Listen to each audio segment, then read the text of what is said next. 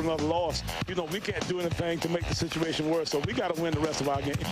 The Bulldogs of South Carolina State know the road ahead is simple. Win all their games if they want to fulfill their expectations and win the MEAC championship.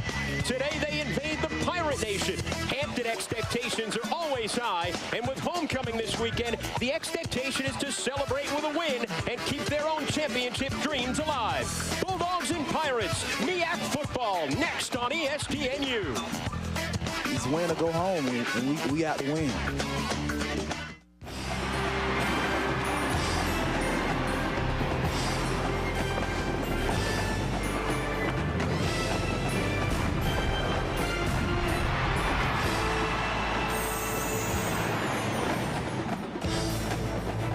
Kendall Langford of Hampton's got nothing against dogs, but he doesn't want that dog, the Bulldog mascot, on his field at Hampton University. Going to put it out on the track. That's the South Carolina State Bulldog. As they come into Hampton, it's homecoming on the beautiful campus in Virginia of the Hampton Pirates. The Pirates coming in at 4-2, the Bulldogs 3-3. A MEAC battle getting set to go here in Hampton, Virginia. Chris Carino and Jim Hoffer with you. And this is going to be an entertaining game because these are two teams that were figured to be the top two teams in the MEAC coming into the season. Something has gone wrong along the way. Both of these teams looking for a victory to stay in the conference race. Now with South Carolina State, it all starts with their quarterback, and he's got a great name, Cleveland McCoy, and he's got a game to back up that name, Jim. Cleveland McCoy is the real McCoy. He's truly a dual threat quarterback, running and passing. He had 136 rushing last week and 178 passing. We're going to see the ride and decide out of the spread option. A great fake, isolates the option key, who bites on the fake. Here goes McCoy into the secondary, and he makes great yards. He's averaging over 5 yards a carry on the year, not just from that game. Now we'll see some of his passing with a really good play-action fake to the tailback. Both linebackers really step forward. It allows the tight end to sneak in behind, down in the red zone for really an easy touchdown pass.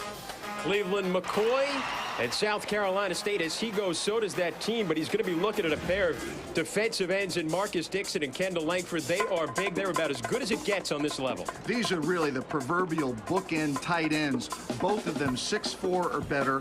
Both of them north of 290 pounds. They've got vertical height. They've got horizontal width with long arms. They'll really be challenged today to do their job against the option with their assignment work, and also to be good pass rushers. Well, predominantly Hampton over the years has been a running team. They like to pass it a lot more, and they're led by T.J. Mitchell. Their quarterback has done a good job this year. He's getting better. T.J. Mitchell replaced Princeton Shepard from a year ago, and he leads the MEAC in passing yardage and total offense so far this season. He's really done an excellent job as a sophomore, and you can see some of these throws right here on the money and catchable, doing a great job in the MEAC in his first year as a starter. All right, Jim Hoffer, your keys to this game. First for South Carolina State. They really need to diversify their portfolio. As much as Cleveland McCoy makes their offense go, he'll be at his best if he can distribute the ball to Willie Ford in the backfield and the rest of the offense to keep the Hampton defense off balance. They need to cut them in half. South Carolina State defense is number 2 in the MAC, giving up almost 46 yards a game. Hampton averages 257 passing. You do the math, you got to cut it in half to win if you're South Carolina State. Now looking at the other side of the ball, Hampton, Jim. They need to simply be their best. They're first in passing in the MEAC, first in total offense, and first in scoring at 33 points a game. That's enough said. They need to, on defense, disrupt the real McCoy. Take away some element of his game, whether it's rushing or passing. Jamal Blanchard will kick it off for Hampton, and we're underway on a homecoming Saturday afternoon on the campus of Hampton University. Dustin DuBose takes the kickoff, gets some room to the sideline, and he's dragged out of bounds at the 45-yard line. So a good start for Dustin DuBose, and South Carolina State as the Bulldogs will have good field position to start this game. That means Cleveland McCoy gets his first shot out of the field for South Carolina State. Last week, the Offensive Player of the Week in the MEAC. 14 of 19 passing for 178 yards and a couple of touchdowns. He also carried 11 times for 136 yards. He is a senior, 23 years old, out of Hollywood, South Carolina. In his third season as the starter with South Carolina State. High formation, little play action. McCoy to the air. He's got a man at midfield. And down Philip Morris goes at the 49. Taking a look at the offensive starters for South Carolina State. William Ford, the tailback. Spencer Miller, a fullback and a tight end as well. Darby will start at tight end. And a good look at a good offensive line of South Carolina State that helped them rack up over 400 yards of rushing last week in their win. As McCoy looking now at a 2nd and 3.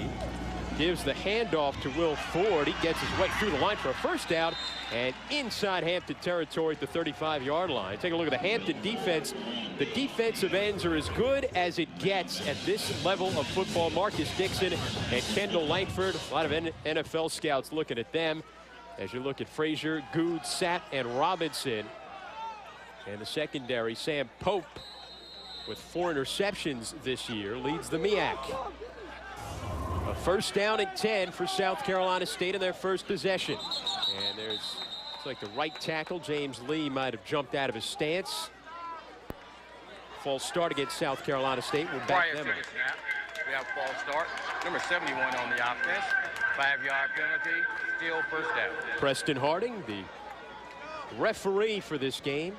South Carolina State 2-1 in the conference, 3-3 overall. They lost their first 2 games of the year to Division I opponents in Air Force and South Carolina. Hampton, the 3-time defending champ of the MEAC, 3-2 in the conference. And McCoy over the middle, finding Matt Washington. And South Carolina State continues to move it. And there's Oliver Buddy Pugh in his 6th season at South Carolina, 42-21. Good record for him. Former South Carolina State player back in 1975, a graduate of the Bulldogs. Lost just 3 conference games the last 3 seasons. His first head coaching job, and he's gone 6 years. Good tenure for Buddy Pugh. Give right now to Will Ford, who strings it out to the far side. Brought down shy of the 30. Hampton is coached by the very respectable Coach Taylor. Joe Taylor now in his 16th season with Hampton. The all-time winningest coach in the school's history. The 3rd active winningest coach in the football championship division. Joe Taylor really runs a classy, dignified program here at Hampton. South Carolina in the white, Hampton in the blue jerseys. They send a tight end in motion. They give it up the middle, and he's met in the backfield. Will Ford dropped immediately by Kendall Langford. So, Jim, we get our first look at a guy that a lot of scouts are taking a good hard look at. I can tell you, with really good defensive players, if you don't block them, they will make the tackle. That makes sense. Nobody put a helmet or a shoulder pad on him, but that's what a great player does. He accelerates right through the target. That means that South Carolina State's looking at a 4th and 9 on the 35-yard line, and they will punt. So the punter coming out of the field, Aaron Hare. 40.7 yards per kick. Needs to go a little shorter on this one. Angling it towards the corner. And that is going to go out of bounds. That's a terrific punt by Aaron Hare to the 4-yard line. So Hampton will be on their own 4-yard line, their first possession. Well, if you look at anything here early in the game, South Carolina State has clearly established field position by their drive and the resulting punt from Aaron Hare. TJ Mitchell, one of the captains of this team, a sophomore out of Virginia Beach. He takes the field, leads the MEAC in passing yards at 257 yards per game, leads the MEAC in total offense at 17th in the country. And this is a switch for them. They have become a passing team after really relying on the run through the years for Joe Taylor. And they'll throw on first down out of their own end zone. Deep down the sideline. Got a man, but it went through the hands of Justin Brown, who was one of the stars offensively last week in their loss. This is really a good throw, and Justin Brown's got a step on the corner. That was a nice play by Phillip Adams. But a little bit underthrown, and I'll tell you, right now during this quarter, Hampton is going to be going against the breeze. There is a breeze on the field right now, and that could be why that ball was slightly underthrown. Justin Brown caught 7 passes for 156 yards last week. Now pressured out of his end zone, hits Justin Brown. Nice tackle made by Raphael Bush. As we take a look at the Hampton starters, with Kevin Beverly and Peyton, the running backs. Lomax, the tight end. Lloyd and Gilchrist. Gilchrist went to high school with T.J. Mitchell. They like to hook up. The offensive line's been a little bit suspect, and that's why they've struggled with the running game. On a 1st down and 10 for Hampton on their own 15-yard line. T.J. Mitchell under center. Sends his fullback, Babb in motion. Play action. He's going to go the other way. Mitchell fires. Good hit. Did he hang on? Yes, he did. A flag is down in the secondary. Ernie Lomax, the tight end, caught that pass and took a real pop. So let's see what the call is.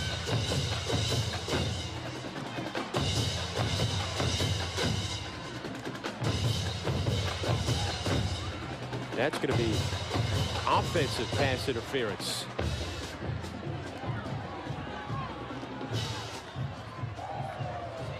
Get the call from Preston Harding. We have offensive pass interference, number 81, downfield blocking. Well, Justin Brown's having an eventful first 3 plays. Gets called for a penalty here. It's really terrific play action, and you can see the easy vision that T.J. Mitchell has. A terrific hit by Marquis Hamlin to dislodge the ball, but it really doesn't matter because of the OPI. They'll back them up half the distance to their own 8. Hampton with the ball in their first possession of the first quarter. Their first run straight up the gut, and chugging away for yardage is Kevin Beverly. And Beverly with a nice gain in their first run. Going against this defense of South Carolina State. Lloyd with Brooks and Simmons in the middle. Marcus James out of Hampton, Virginia, coming down here for South Carolina State. The linebackers, Bush, Henderson, and Tony White. Adams and Allen. Marquis Hamlin's their leading tackler out of that strong safety spot. Bailey Brinson, the other corner. And the give up the middle on 2nd down is not going to go for much. Cedric Lloyd making the stop for South Carolina State. As you look at James, Marcus James, who's coming and playing his game at his home turf. Coach Taylor didn't get James come to Hampton. He's going to South Carolina State, but he's a Hampton, Virginia native. James, the sophomore. You think he's got a few friends and family here at the game? I need a few tickets. T.J. Mitchell, the air play action, got a man, but it's overthrown and intercepted. Marquis Hamlin comes up with the interception. He was the defensive player of the week in the MEAC last week. And he comes up with a big play to get the interception, and South Carolina State will take over on the Hampton 45-yard line. Marquis was tied with Sam Pope for intercepts so far in the season at the top of the MEAC, but he now has the lead. This is his 5th of the season. Really an overthrown ball, easy play to make. And there, James Simmons, whenever you get an opportunity to hit the quarterback, you do that, right, Jim? You practice it. You practice it, turning and making that legal block. Here's Cleveland McCoy. Look at the speed of McCoy getting to the outside, finally stumbling and falling. But a terrific pickup, 20-yard gain for Cleveland McCoy. You see why he's so dangerous back there. Well, you're going to see not only the speed as he comes around the corner to his right, but he's also a very strong runner. What great body control there to give a little cut to the outside, and it takes 2 guys to hit him really hard to get him on the ground. Now they'll string it outside to Will Ford, and Will Ford's got some room. And Will Ford knocked out of bounds. Ford, the sophomore out of Travelers Rest, Virginia. As you look at his numbers from last week, the team had 405 yards rushing. He was one of 3 players over 100 yards. The thing that'll be challenging for Hampton today is that Will Ford already has 3 100-yard games this season. Last week was no fluke. He's a really good running back. 5'11", 185 pounds, replacing the MEAC Offensive Player of the Year, Deshaun Baker, from last year. McCoy will keep it, looking for a first down, and gets it. Running out of bounds, Cleveland McCoy moves the chains for South Carolina State in their 2nd possession of the game. No score with 9:45 to go in the first. You look at South Carolina State, best rushing team in the MEAC. Hampton, their defense only 7th in the MEAC. Despite those big tackles, they've allowed a lot of running. Part of that South Carolina rushing offense obviously is the threat of Cleveland McCoy, which is why Hampton has to do some kind of job to take some part of that game away. Whether it's McCoy's rushing, whether it's William Ford's rushing, they've got to put a dent in it. McCoy will roll. Will he pitch? No, he's going to keep it. Straight up the gut inside the 10-yard line. Just past the 10-yard line. Something Joe Taylor told us during our conversation with him during the week is that McCoy does like to keep the ball. Even when he gets to an option pitch, he's got such confidence in his game, in his running game. He does like to keep the ball. So you can bet that Hampton's going to try to put the wood to him all game long. Struggled until last week's game where he broke out Cleveland McCoy with a huge effort. We talked about the 2 touchdown passes, the 136 yards rushing. And it really opened up things for the run. He was able to make the throws. He's going to give to Will Ford here. Strings it out. Makes something out of nothing right now. Getting ahead. Still shy of a first down. 3rd down coming up now for South Carolina State. We talk about breaking out against Florida A&M University. 63 points. 14 points. More than they had the entire season for the first 5 games. They've been averaging under 13 points a game, and all of a sudden they explode for 49. So it was obviously a big day. 3rd down and 4 for the Bulldogs of South Carolina State. Play action, McCoy to the air. Open man, touchdown.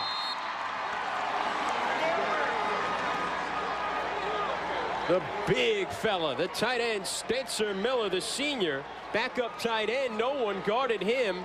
Out of the flat, got it to the end zone, and South Carolina State's got 6. Already in this game, I've seen Spencer Miller in the backfield put 2 Hampton defenders on the ground.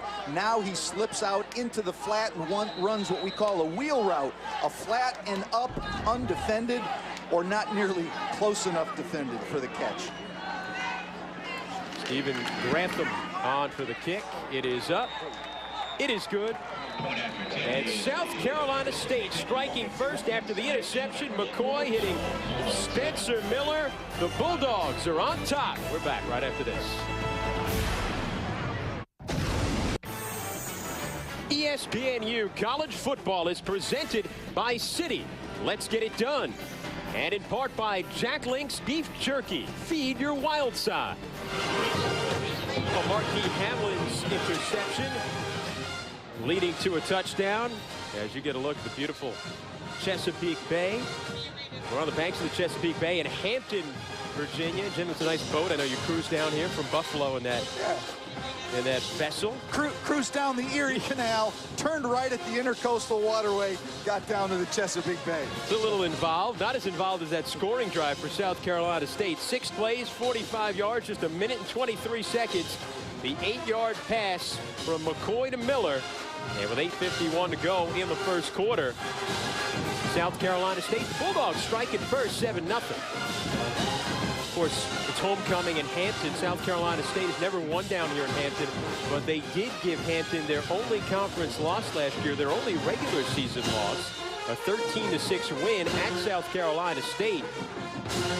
Ultimately, Hampton would go on to the postseason, lose to New Hampshire in a high-scoring, close game there. But they were that close Hampton was to a perfect regular season last year. South Carolina State spoiled that. I know, Chris, that's the stat that's out there, that South Carolina's never been able to come up here and win against Hampton. But there's a first time for everything. Kevin Teal having some trouble running this one back. It does a good job to get out to the 16-yard line.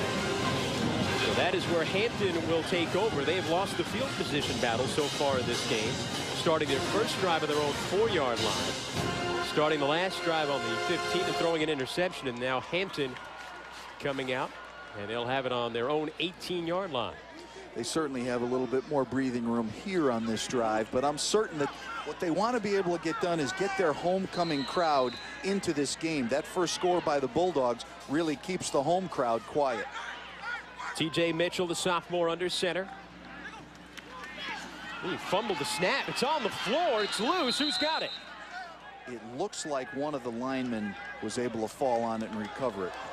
Actually, Kevin Beverly, the running back, comes up off the turf and saves that one. We're going to look, this one not clean from the get-go. It's funny how that can happen when you've got a center who's got to step in one direction, and here comes a pulling guard. It looks like there was a function at that junction between the center quarterback and the left guard who was pulling to his right. So not a clean start for Hampton in this one. Got a 2nd and 12 of their own 16-yard line. Gilchrist in motion. High snap, Mitchell. Nice job to grab it. Send it out to Gilchrist. Gilchrist close to a first down. Those two out of the same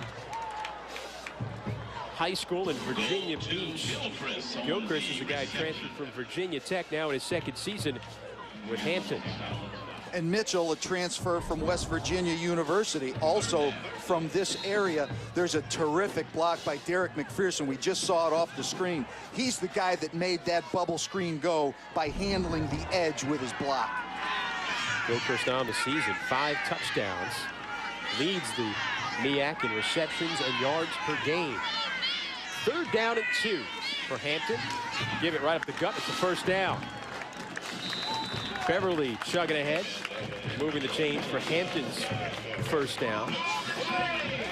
We see a lot of variety so far from this offense, from the shotgun with 4 wide receivers all the way down to 2 backs in an unbalanced alignment, which is what we just saw on the off-tackle power play. Beverly, their leading rusher, just 41 yards in their loss last week. They get it again and ripped up. And a beautiful tackle by Raphael Bush. Plays that bandit position for South Carolina State on the defensive side. The sophomore makes a nice tackle on Beverly. Going to see the penetration getting up the field across the line of scrimmage by Raphael Bush. That bandit plays almost like a hybrid position. It's somewhat of an outside linebacker position. Others might call it a safety position. It's really a 3 safety type of a defense that the coaches call a 4-2-5. A 2nd down and 12 now for Hampton. On their own 30 out of the shotgun. Mitchell throwing deep down the sideline, and Brown is open. Did he hang on? No, he did not. Justin Brown couldn't hang on down the sideline as Phillip Adams was there on the coverage again, along with Marquis Hamlin. That's the second big hit out of the secondary that we've seen so far. First by Marquis Hamlin earlier, and now Hamlin right again. Here with Adams. Adams, excuse me. Really good hitting, good tackling. They're hitting their targets.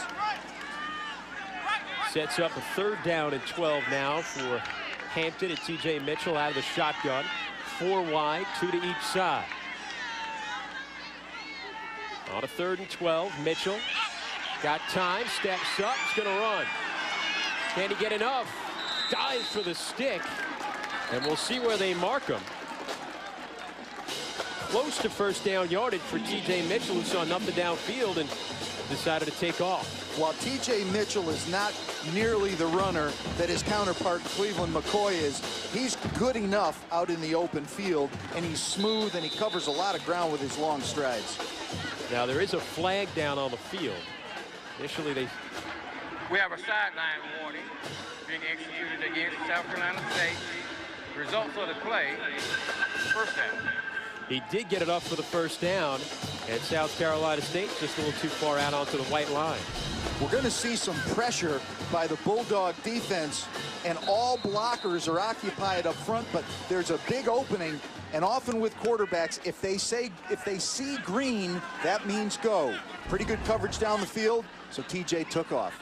So TJ Mitchell will send Teal in motion, looking for Teal on the near side. Now they cross and give it to Gilchrist on the pass. Gilchrist spins out of a tackle across midfield and dragged out of bounds by Phillip Adams. Close to first down yardage. That extra effort at the end does give Gilchrist the first down. You saw a little bit there. Gilchrist averages 16, almost 17 yards per catch. And you can see that he's 108 yards in receiving yards per game. And his buddy Justin Brown also contributes a lot. But Gilchrist is a really good runner in the open field after first contact. He's able to make some guys miss. A low to the ground receiver. Hampton at South Carolina State territory for the first time. Out of the shotgun, they give to Beverly. Stumbles and falls across the 45. Gets out to the 43-yard line.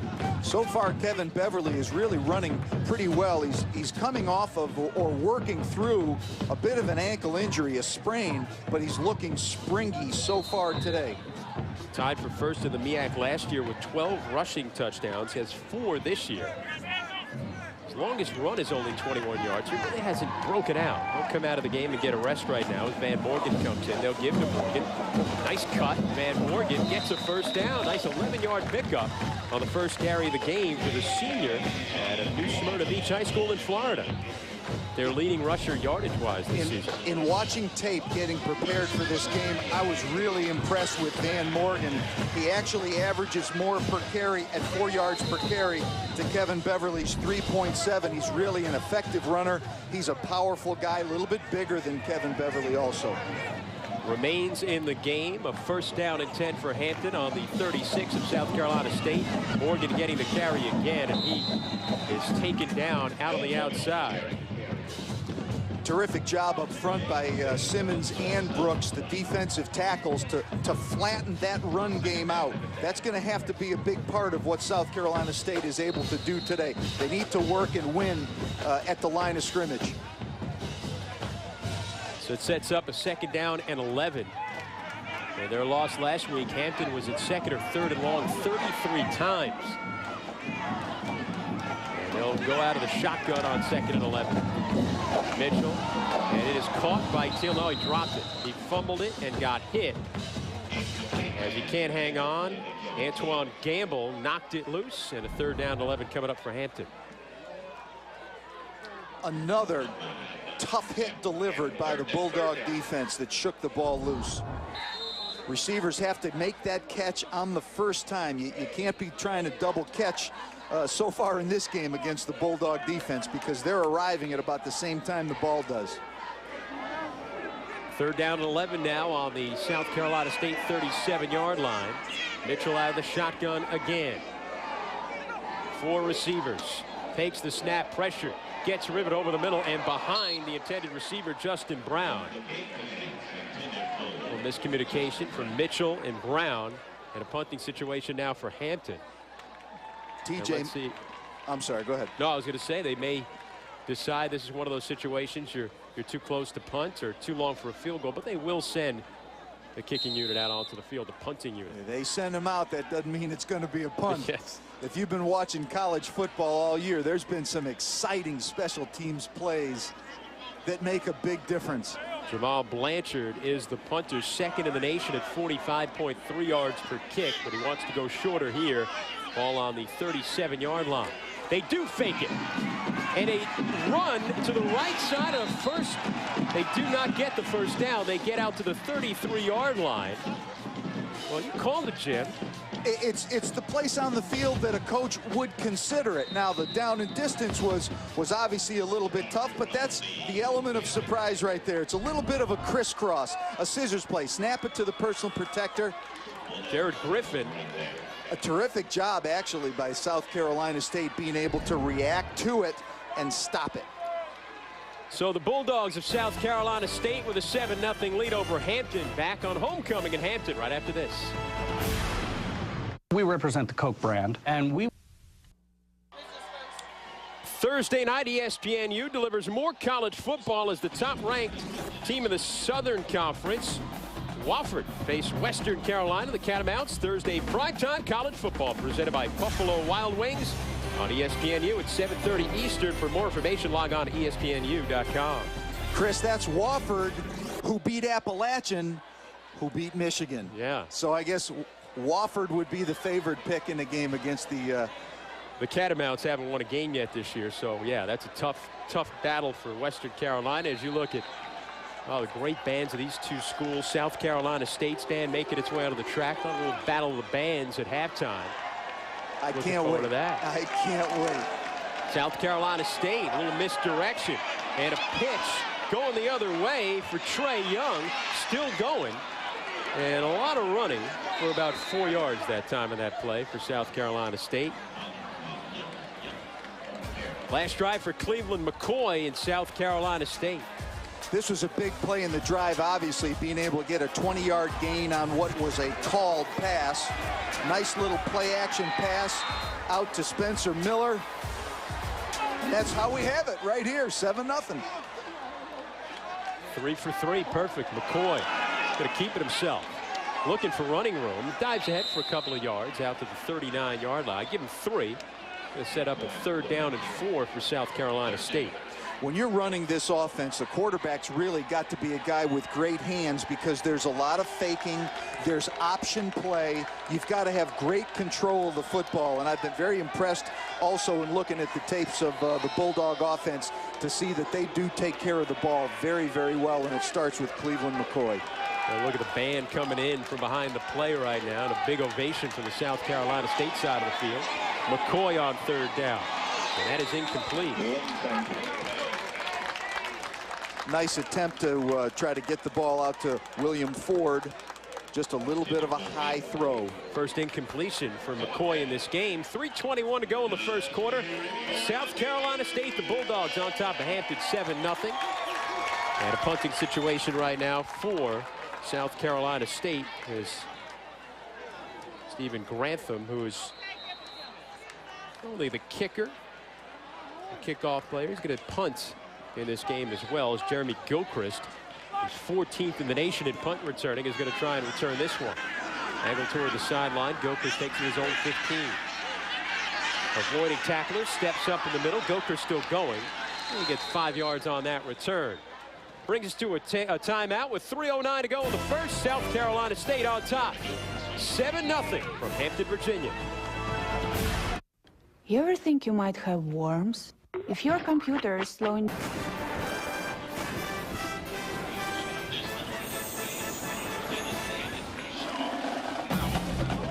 South Carolina State's band has made the trip down to Hampton, Virginia, Armstrong Stadium.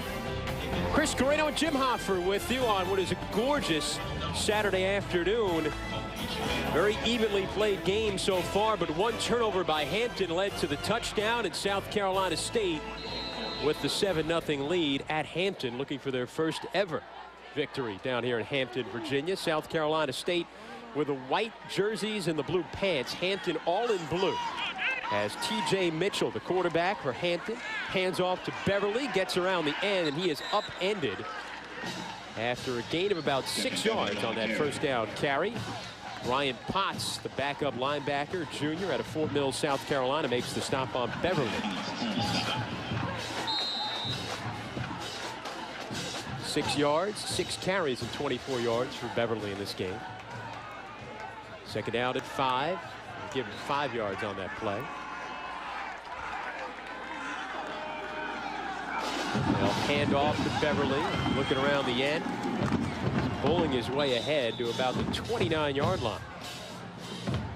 Going to set up a third down here for Hampton. It's going to be pretty close. Looked like they got to the 29. I guess not. Had to get to just shy of the 30. Well, now we got a little stoppage of play by the referee. Bring the chains across the field to check this one out. Beverly, a shoe issue right now. Going to get that flat tire taken care of. They've got some time now as they'll bring the chains all the way across the field.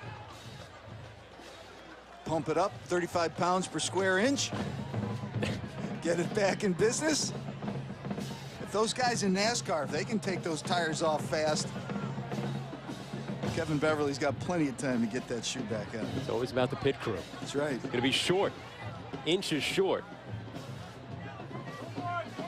for Hampton and Joe Taylor. Joe Taylor now in his 16th season with Hampton. 25 years as a head coach in college football. He's only had 2 losing seasons. I've known Joe for some time. When I was coaching at Cornell in 1AA football, he and I were on a 1AA football committee within the AFCA, and Joe Taylor is as professional and as classy and as intelligent as they come. It was a real joy to get to know him. We got reacquainted obviously yesterday as we came into town, and he's a terrific ambassador for college football, a former president of the American Football Coaches Association, which has about 10,000 members. So third down and inches for Hampton right now on their own 28-yard line. Everybody in the backfield, full house backfield going on now for Hampton with Mitchell under center. And Mitchell's just going to go straight up the gut, and they push the pile. It appears they have first down yardage. They only needed about 6 inches. They get it across the 30, and that should give Hampton a first down. T.J. Mitchell, 6'3", 189 pounds. Oh, got a little help. Nice little help from the fullback there. Now, Jim, you were a coach for many years in college football. Is that allowed? Well, technically it is against the rules, but we don't have to go back very far to remember when Reggie Bush against pushed Notre Dame. Matt Leinart across the goal line to win on the road. Happens to be the same weekend for that matchup this year. Van Morgan gets the carry for Hampton, pushing it up the gut for a few yards there. Morgan, who's battled thigh and shoulder injuries this year. The whole running game has really taken a hit with injuries for Hampton. Coach Taylor telling us they're about as close to 100% as they've been this year, but still not perfect. You can poll any college or pro football team in the land, and when you're into the midpoint of the season, just about everybody's got an ache and a pain. You don't play the injured guys, but the guys that have pain, they're going to play. On 2nd and 7, they complete a pass for a first down across the 40-yard line out to the 41. As T.J. Mitchell converting for a first down for Hampton. T.J. Mitchell really has a nice way about him, and he snaps the ball out. A little bit of a concern right now is there have been a few down the field throws, but his completions are coming underneath. And South Carolina State's got to be careful that they don't keep squatting on those routes for TJ to go over the top. 7-yard pickup. Gilchrist's second reception of the game, and a first down for Hampton on their own 41. Mitchell, the inside handoff. Beverly taking it to the outside, slips a tackle, and is finally upended inside South Carolina State territory at the 45-yard line. Bailey Brinson coming up and making the stop, and was upset at his teammates defensively that time. Among the things that really make coaching difficult is when you have a running play called into. We have holding on the offense, number 78. 10-yard penalty from the previous spot. Steal, first down. Bring it back. Ryan Cave, the sophomore right guard, called for a hold. When you're coaching on defense and you've got a pressure defense called and your opposing offense runs the run and they make yards, it's so frustrating for you because you expect the run stunt to get the play stopped at the line of scrimmage. But there was a hold out on that right side, and it backs them up. First down at 20 now for Hampton on their own 31 after they had penetrated South Carolina State territory. That's a real big difference on the penalties. Mitchell will come out of the shotgun, firing away for Gilchrist, makes a nice catch along the sideline, and is bumped out of bounds by Terrence Allen, but a big pickup to the 40-yard line that time. That's the best. 29 yards, Jim. That's the best throw by either quarterback today, and T.J. Mitchell just snaps it, fits it into the hole in front of a two-deep safety and behind what we call the rolled-up corner. He really stepped into the ball and came off the mound as if he was a baseball pitcher. I like that analogy. A little nod to the AL Red Sox Indian game going on. There you go. Over the middle, it is complete. Ernie Lomax, the tight end, and now T.J. Mitchell finding his rhythm to the 30-yard line. Going to bring us to the end of the quarter, most likely. Now he's really getting that South Carolina State defense loosened up. The 29-yard completion, now the shorter completion to the tight end. Clock running. Mitchell coming to the line. Looked over at Jeremy Gilchrist, and Gilchrist is walking away, and he pointed to the clock, and they're going to let this one run out, I believe. Yeah, they were all up to the line like they're going to run a play. Jeremy Gilchrist is walking off the field. Well, yeah, a little bit nonchalant by Jeremy Gilchrist. South Carolina State on homecoming at Hampton. After one quarter, the Bulldogs of South Carolina State in front, 7-0.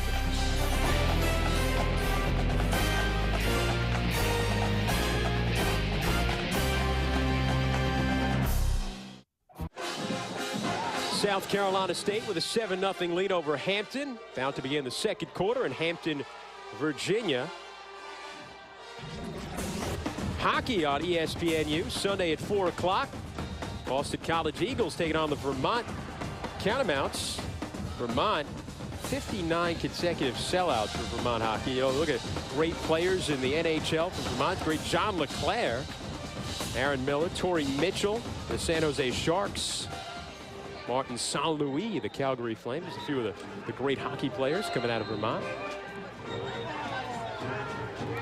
So starting the second quarter, Bulldogs out in front of the Pirates, 7-0. Chris Carrino and Jim Hoffer back with you on a beautiful, gorgeous summer-like afternoon on the campus of Hampton, Virginia. Kevin Beverly getting the call on first down, and he gets nowhere.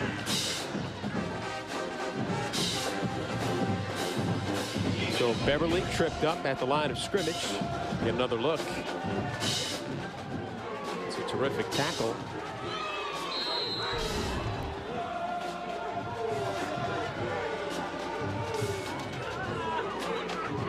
Phillip Adams coming up with a tackle that time as you look at the band from Hampton on homecoming. Entertaining the folks here. It's a terrific afternoon in Hampton, Virginia. Mitchell airing it out over the middle. It is complete. It's a touchdown. And it's Kevin Teal. Mitchell threw another strike for the score, and Hampton's on the board. TJ Mitchell really looks like he's comfortable behind a good wall of protection. And once you get a receiver isolated against man coverage with no safety helper, the accurate passer is going to deliver every time. Really a strike.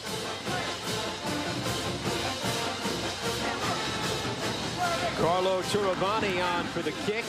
It is up. It is good. Turavani, whose extra point was blocked with 27 seconds to go in their loss last week that could have tied it. Hits there is Kevin Teal, 30 yards from TJ Mitchell. Teal will be coming from right to left. You can see him separate from the defender, but an accurate throw gives it a chance to get in the end zone. That's I was going to say that's a guy who's thrown a few of those already. Not jumping off his seat, but he's pretty happy about it. TJ Mitchell looks like he's really warmed up right now. Early on, we saw him overthrowing people behind receivers. Now he seems to really have found his rhythm.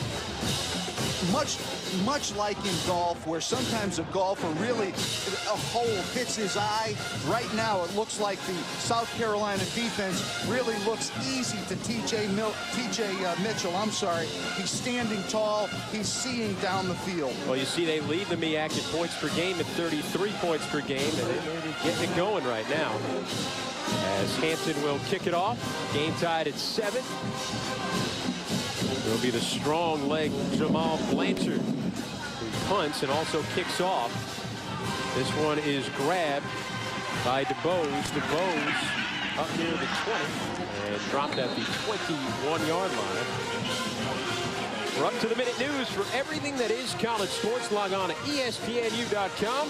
This online service is a gateway to the best college sports content for ESPN, combining the latest news, scores, features, video highlights, podcasts, and much more. If you don't have ESPNU, be sure to log on to ESPNU.com and type in your zip code at the top of the page, or call your local cable operator or satellite provider. Log on to ESPNU.com today. 14:06 to go, second quarter on the campus of Hampton University. Hampton and South Carolina State tied at 7. South Carolina State will have it on their own 21 in the white jerseys with the blue pants, and a little movement on the right side of that line, and flags fly.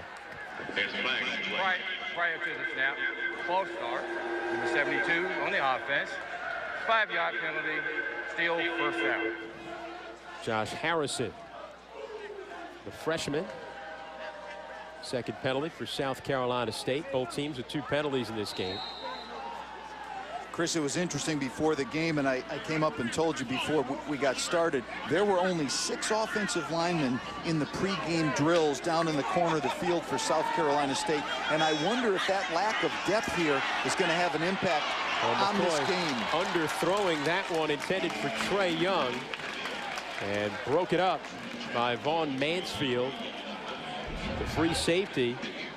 McCoy just didn't have enough on this one. Clearly he had Trey Young down the field, and again, now it's South Carolina State who's heading into whatever breeze exists out on the field. I'm looking at the streamers at the north end of the field, and they're moving pretty good. Yeah, breezy day. Keeping it cool out there. Temperatures in the high 70s, more summer-like than fall temperatures. So the players welcome the breeze. Maybe not the quarterback. Here's McCoy on the pitch.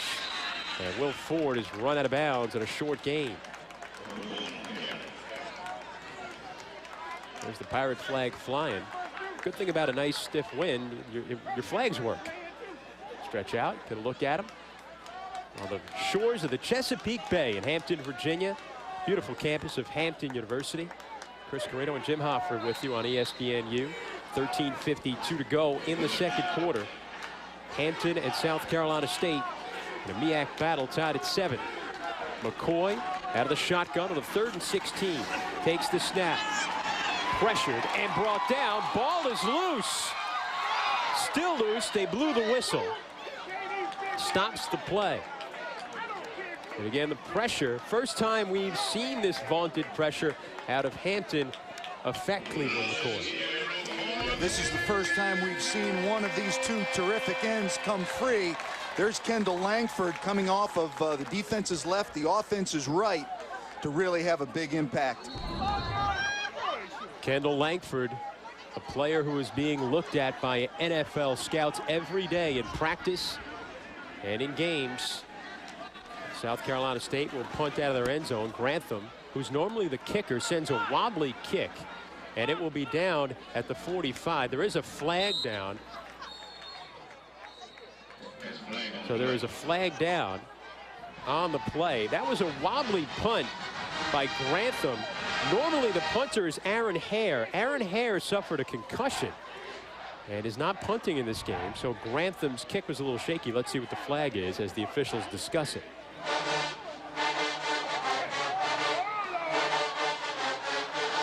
Going to go against the return team.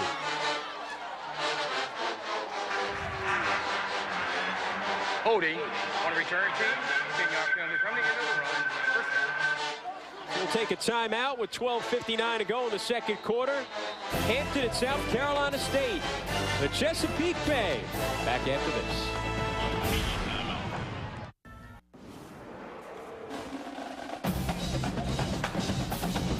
All the marching bands in full force on the campus of Hampton University. This was earlier today, the homecoming festivities at Hampton.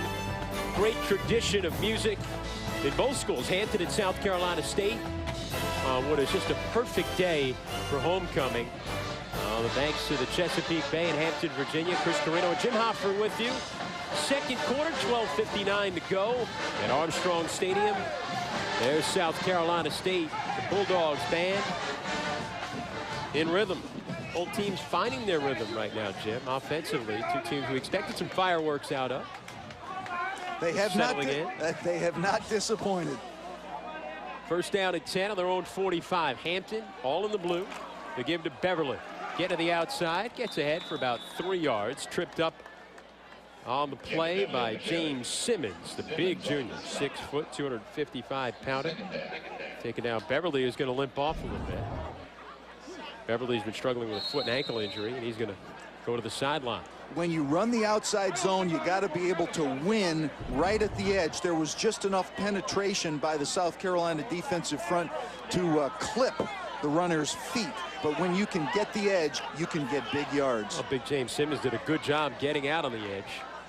It's a second down at 7 now for the Pirates of Hampton. Brown in motion. Mitchell throwing. Nice catch by Gilchrist, and he gets ahead for a first down. Nice play after the catch. Doing a good job to keep his concentration, getting up there. You know, Joe Taylor told us he is the guy, they just trust his hands, and that's on display here in this catch. Well, TJ trusts his hands because they go all the way back to high school together, so they've been together. But it is a terrific catch, a high catch, because Gilchrist is not a tall man, but he sticks those mitts up there. Great catch. Yeah, they made Phillip Adams miss, and a first down now for Hampton.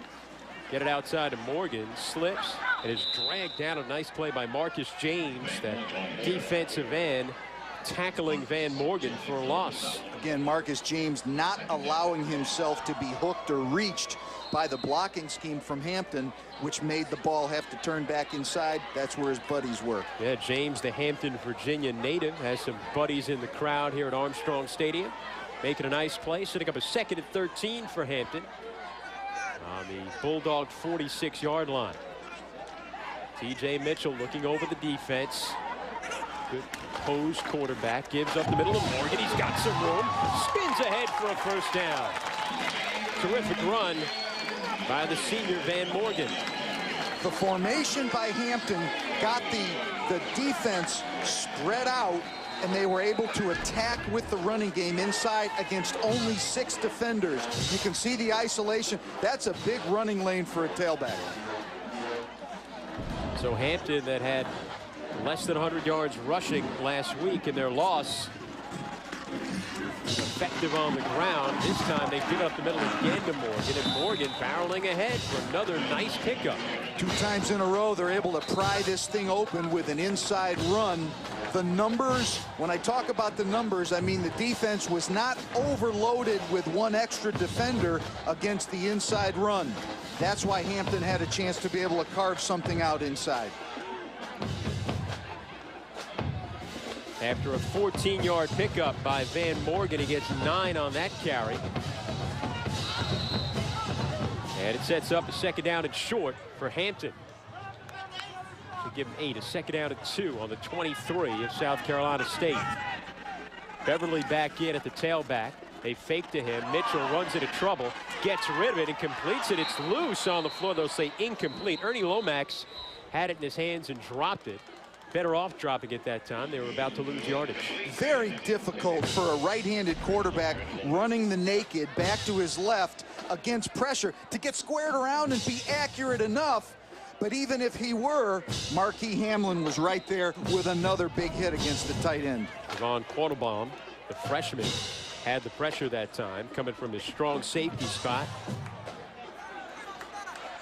So a 3rd down and 2 for Hampton on the South Carolina State 23-yard line.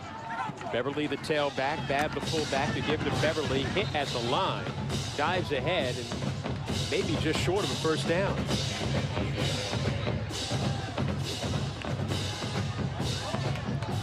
Kevin Beverly with his 10th carry of this game. Been the workhorse for Hampton. And they are indeed short of a 1st down. 4th down and less than a yard coming up for Hampton. In South Carolina State territory to 23. Decision time. Oh, I don't think it's any decision. If you're going to fake a punt on that side of the field, then you're going to go for 4th and inches, right? You're going to go on 4th and inches, you bet. Converted earlier, but a 4th and inches in the 1st quarter. And it's the same set, power eye. Same play, Mitchell up the middle. It appears he's got 1st down yardage. Good movement by the left side of the line for Hampton, and Mitchell just kind of snaked his way to the 1st down mark. Officials will sort it out. Yeah, they're going to call for the chains. 9:42. Excuse me, 9:41 to go in the 2nd quarter again. It sure looks right here like there's a. Ooh, he may have been stopped. I thought he surged a little bit further from our vantage point. Well, but how that's about a great how quickly picture. Sam Chester, the nose tackle, getting in and tripping up Mitchell. In short yardage situations, the low man usually wins. Oh boy, is that? Oh, get out your playing card to see it. Stick it in between. Is it enough? No, absolutely it's short. not. That's a terrific stop. And it goes to South Carolina State. As close a measurement as you can get, and it turns it over on downs to the Bulldogs. Coach Pugh's got to be really happy about that stop by the defense, because it looked like Mitchell had surged forward. Great effort by the tackles inside. Well, Thursday night, ESPNU delivers more college football as the top-ranked team in the Southern Conference. Wofford faces West Carolina. The Catamounts Thursday primetime college football presented by Buffalo Wild Wings on ESPNU at 7:30 Eastern. Log on to ESPNU.com. Wofford undefeated in the Southern Conference. South Carolina State takes over. Will Ford's got running room on the sideline across the 30. Out to the 32-yard line. Pickup of 11 on 1st down. There's South Carolina State's version of the outside zone, and they did get the edge block, which allowed William Ford to make some yards. 6th carry, 31 yards for Will Ford. Game tied at 7 with 9:24 to go in the 2nd quarter. Hampton appeared to have too many players on the field, and they call a timeout. Hampton U, that's their first charge timeout this half. Donnell Sands, the nose tackle, was frantically sprinting toward the sideline, but before South Carolina State could snap it, they call a timeout, and they'll regroup Will Ford, the diminutive 5'11", 185-pound running back, a sophomore at a Travelers Rest. We're going to look at his numbers from a week ago. A big game and their big victory over Florida A&M. Catching it, running it, Will Ford doing it all. The guy who had big shoes to replace. Deshaun Baker was the offensive player of the year in the MEAC last year. Between Ford and Woods and Jamison, they got the running game in high gear. Over 400 yards rushing the football last week in their 49-14 win over Florida A&M. 611 yards total offense, 405 yards on the ground, and Will Ford with his numbers this afternoon. Been a very steady player all year long, averages almost 6 yards a carry, so he hasn't quite heated up yet in this game, but he's a real dual threat player as well, run or pass. There are flags down and a whistle. A little pushing and shoving after the whistle. Let's see what the flag is. Should be a false start against South Carolina State. Prior to the snap, we have false start. Number 81 on the offense, 5-yard penalty, still first down. Spencer Miller, the tight end, called for the penalty. Does have a touchdown in this game. He was the man in motion. He's got one touchdown today. He's anxious. He wants to get another one. A little bit too anxious. Sets up a 1st and 15 after the 5-yard penalty. McCoy under center, and he drew a Hampton player offside. He's got a free play going deep down the side, and it's incomplete. Jackie Bates had the coverage that time on Byron Bush. But it appeared that the defensive tackle on that Hampton line jumped. Here's Preston Harding. On the play, we had defense offside. 5-yard penalty, still first down. Well, they got one. Now they give one back. After 2 plays, we're still back to 1st and 10. Right where we started. So now we'll try again. 1st and 10. On their own 32. South Carolina State. Give up the middle, Will Ford. Try to get somewhere. Gets around the edge. There's a flag again as Will Ford keeps going. Now to the 38-yard line. He got 6, but we'll see with the penalty. It's in the area of holding. My guess is it was a takedown. Kendall Langford was on the ground deep in the backfield.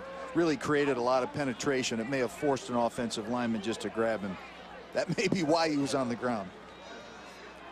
Takes a lot to get Kendall Langford on the ground. It is a holding call against South Carolina State. Both he and Marcus Dixon are so impressive as football players and as young men. And you can see it when you watch on tape. Holding, number 52 on the offense, 10 yards from the previous spot.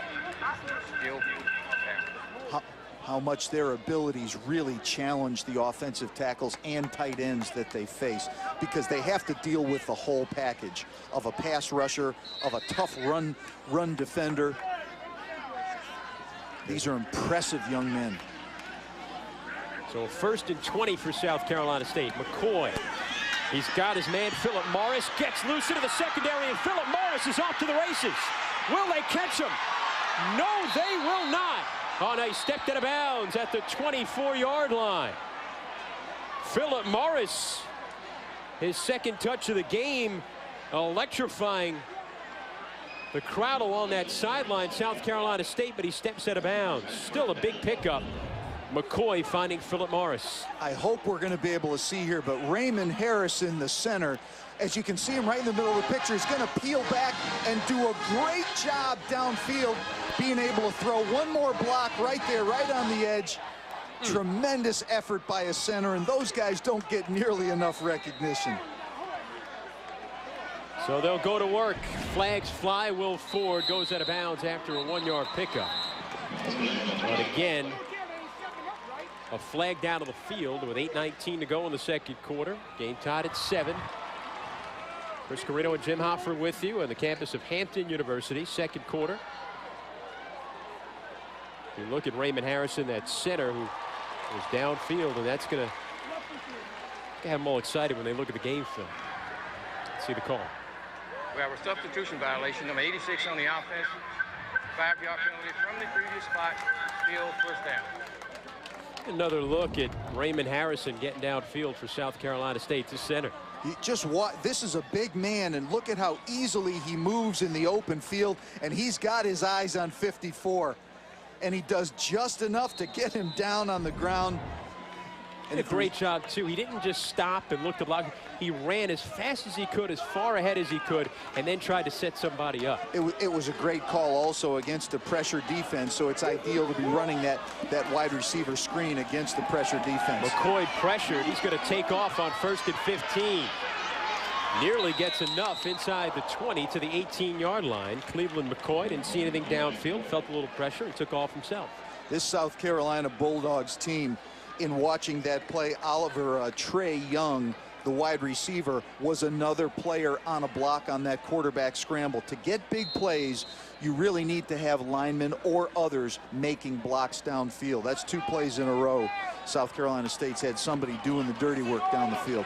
That's a 10-yard pickup for McCoy. 2nd down and 5 from the 19 of Hampton. And they'll give it out to Will Ford. Will Ford turning the corner and getting knocked out of bounds inside the 10-yard line. Well, 1st down. Homecoming on the campus of Hampton University, Armstrong Stadium. Chris Carrino and Jim Hoffer with you on ESPNU. MEAC football. South Carolina State with the ball in the white jerseys and the blue pants. Hampton all in the blue. Hampton, the 3-time defending MEAC champs. 3-2 in the conference this year, 4-2 overall. South Carolina State 2-1 in the conference and 3-3 overall. They send Miller in motion. Got the lone touchdown for South Carolina State. McCoy looking for him again. This one sails out of bounds. Hampton and South Carolina State in the preseason were expected to take the MEAC. They've hit a little bumps in the road, but both teams still with a chance, although a loss in another conference game could realistically eliminate one of those 2 teams. As of this hour, they're still mathematically eligible. In a couple of hours, somebody probably is not. Norfolk State coming off a win on Thursday to remain perfect. 5-0 in the conference. McCoy looking to the sideline, getting a play. They fake the handoff to Woods. Now they gave it to Woods, and Woods is strung out of bounds by Jackie Bates on the corner. Jonathan Woods getting a chance to carry the ball. One of those players who was over 100 yards, one of 3 players over 100 yards in their win against Florida A&M a week ago. Woods, the sophomore out of Texas. Setting up a 3rd down and 11 after a loss of 1.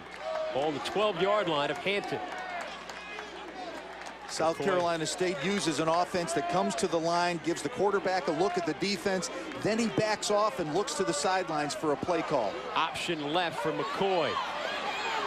And he is down to the 5-yard line. Marcus Dixon made the stop, but McCoy gets down to the 5 at a pickup of 6 for Cleveland McCoy. McCoy's 8th carry, he's got 40 yards. Another look. This is a speed option with a lead blocker, and actually the option key was blocked by the fullback, so it almost turns into a quarterback sweep. Stephen Grantham, 6 for 15 in field goals this season. 21-yard field goal attempt for Grantham. It is down, the kick is up, and it is no good. So South Carolina State comes up empty with 7:03 remaining in the 2nd quarter. Hampton, South Carolina State tied at 7. Rutgers heads to St. John's to face the Red Storm Wednesday at 7. Who's moved up? Who's moved down? And who's on top? It's all on ESPNU. We're starting off this show with amazing news. Join our crew as they break down the latest top 25 rankings. I'm impressed with Oklahoma. And look ahead to the week's big showdown. These are 2 very evenly matched teams. There's only one place to get analysis like this. This is a great game this week. Inside the Polls, presented by Phillips 66, Mondays at 7, only on ESPNU. I'm Chad Johnson, and I am a GoDaddy customer. As the world's #1 receiver, I want to be with the world's #1 domain registrar, and that's GoDaddy. Whenever I'm not working out, you can find me working on my website. GoDaddy has everything you need to get online. .com names, website builders, hosting, email, you name it. GoDaddy. GoDaddy. .com name for just $1.99. Go get yours and tell them Ocho Cinco sent you. Who's moved up? Who's moved down? And who's on top? It's all on ESPNU. We're starting off this show with amazing news. Join our crew as they break down the latest top 25 rankings. I'm impressed with Oklahoma. And look ahead to the week's big showdown. These are two very evenly matched teams. There's only one place to get analysis like this. This is a great game this week. Inside the Polls, presented by Phillips 66, Mondays at 7, only on ESPNU. The most daring, compelling, and critically acclaimed shows are now on Showtime. Sounds good. And it's all yours with an unprecedented new offer. Yes! There's a bold new leader in premium television. So come and experience the ultimate in commercial-free, uncut, total entertainment. Yeah. There's never been a better time to get Showtime. Order now, and you can get Showtime for $6.95 or less per month for 3 months. Call today.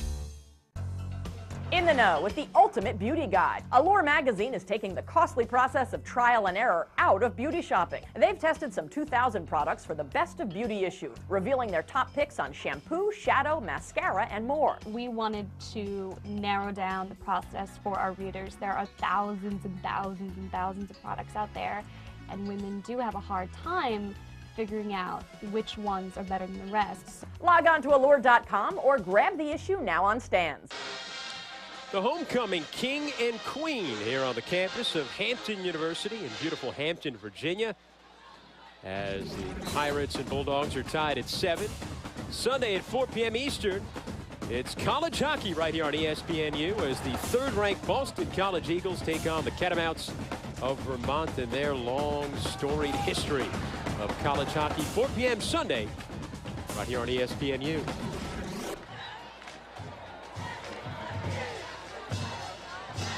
So it will be Hampton taking over after the missed 23-yard field goal by Stephen Grantham of South Carolina State. And Hampton taking over. T.J. Mitchell gives to Beverly. Beverly looking for running room. And he forces his way out to the 24-yard line. Pickup of 6 for Kevin Beverly.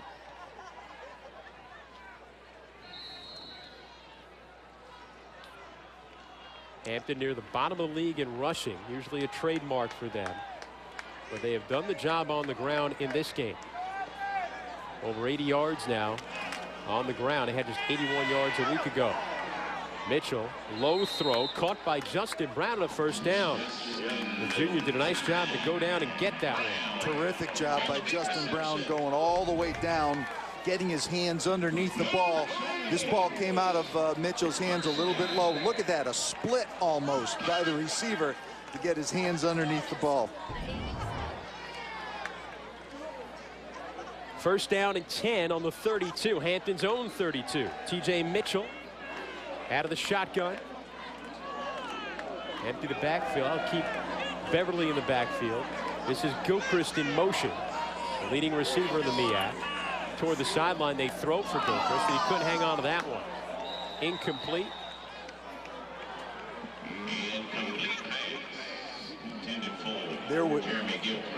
There's T.J. Mitchell.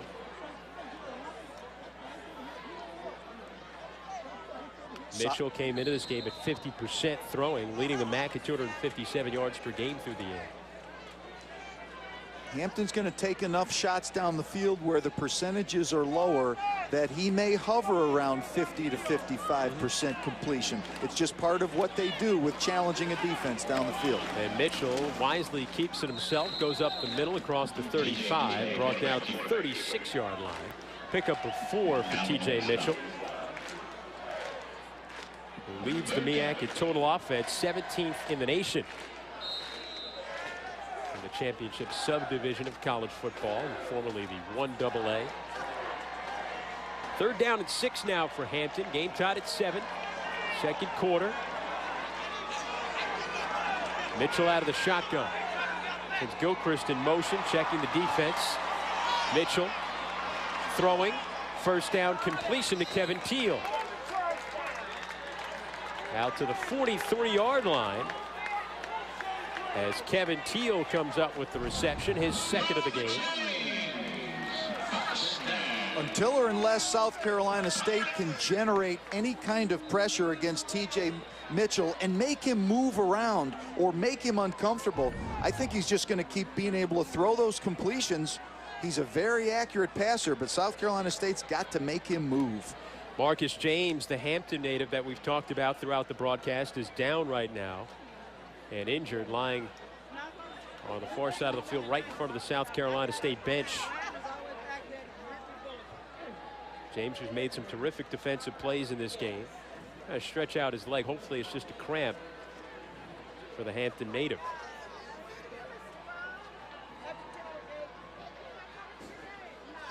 Of course, it's you know, he's here. It's coming back to his home. It's homecoming here on the campus of Hampton University.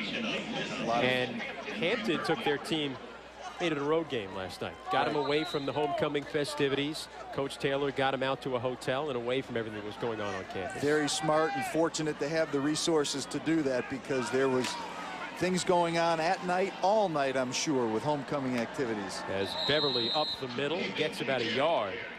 And it's, you know, not that anything wrong is going on. People are having a great time, but you don't want the distractions of just guys staying up too late, you know, not being able to get enough sleep. Coach Taylor said, I just want to keep them focused on football and get them out to a hotel and treat it like a road game, although they have the home field advantage here at Armstrong Stadium. South Carolina State has never won here at Armstrong Stadium. Overall, the series, Hampton an 11-2 edge in the series, the 14th meeting between these two schools. As Mitchell throwing on 2nd down, and he's got Gilchrist, his favorite receiver, and Gilchrist has got some yards after the catch to the 24-yard line before finally brought down by Travis Jackson. Chris, once again, this is a pressure defensive call. We're going to see South Carolina State defenders coming off the edge, and that allows or creates a one-on-one situation down the field. You know that TJ Mitchell is going to look for Jeremy Gilchrist every time he can find single coverage. 5th catch of the game for Gilchrist. Down to the 24 of South Carolina State. They give to Morgan. Morgan breaking free inside the 20 to the 19-yard line. Pick up a 5 on 1st down. You can really see the strength of Van Morgan on that run, plus his movement skills, being able to twist and pirouette like that while he's pressing down the field. So the 31-yard pass and catch to Gilchrist, setting up Hampton right now with a 2nd and 5 on the 19-yard line of South Carolina State. They give to Beverly back in the game. Cuts back up the middle and gets a couple. Sam Chester with Travis Henderson getting up off the pile. And we have a player down, a Hampton player down right now. That is the offensive lineman, the redshirt freshman Michael Ola out of Riverdale High School in Georgia. He gets up limping. But he gets up quick. That's the good sign. Get to the sideline, shake it off, hopefully get a little examination by the sports medicine people over on the bench. So Hampton now with a 3rd and 3 in South Carolina State territory at the 17-yard line. Approaching 3 minutes to go in the first half. Mitchell under center. It's a little tap from the man in motion. They snap it and give it to Beverly, and Beverly is dragged down.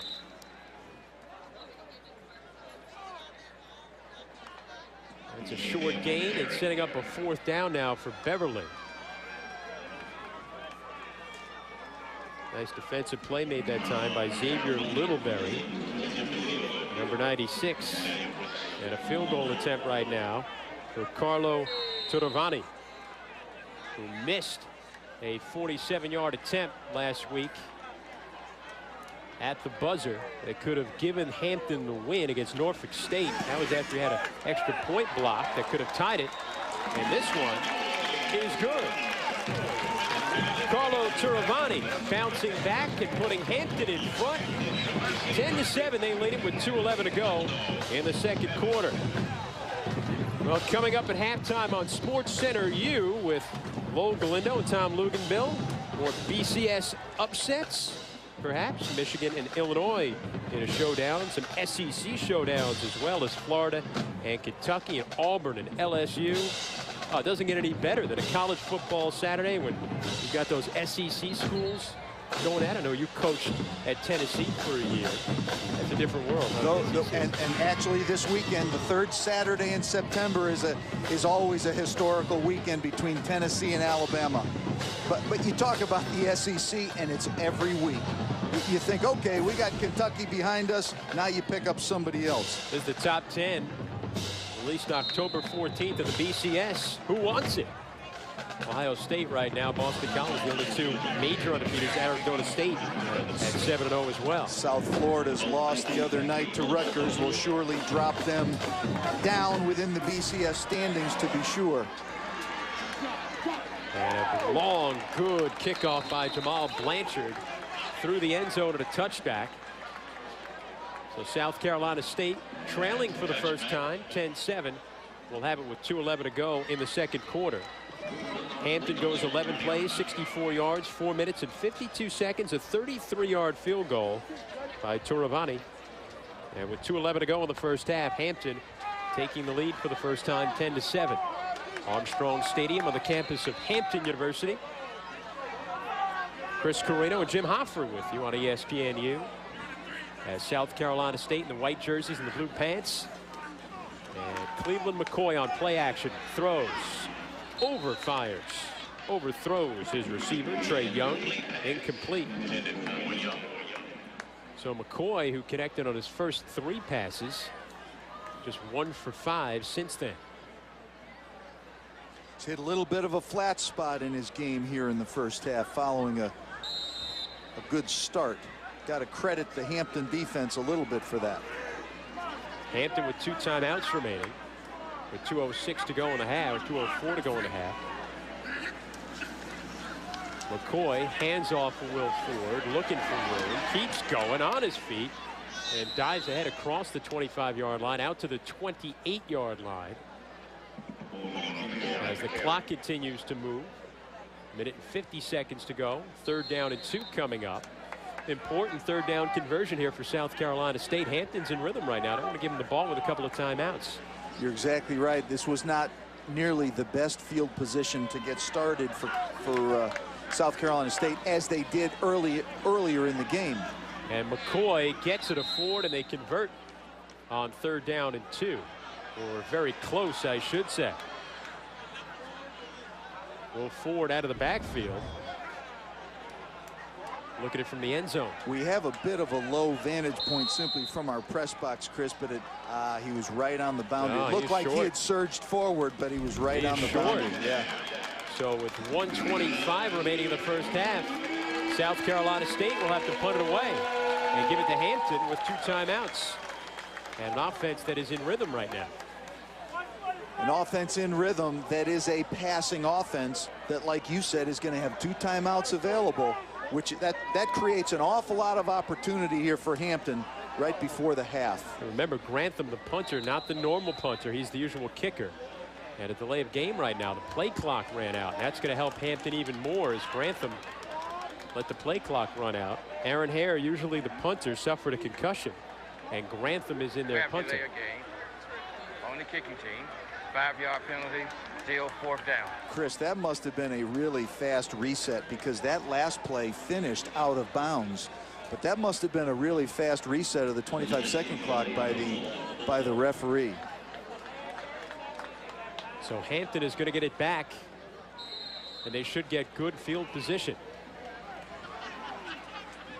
It is Gilchrist back. He's standing at his own 48-yard line. Grantham gets it off. They set up a return. It's going to be short. They'll let it bounce, and it is down at the 46-yard line of Hampton. So good field position for them. 1 minute and 18 seconds to go in the second quarter.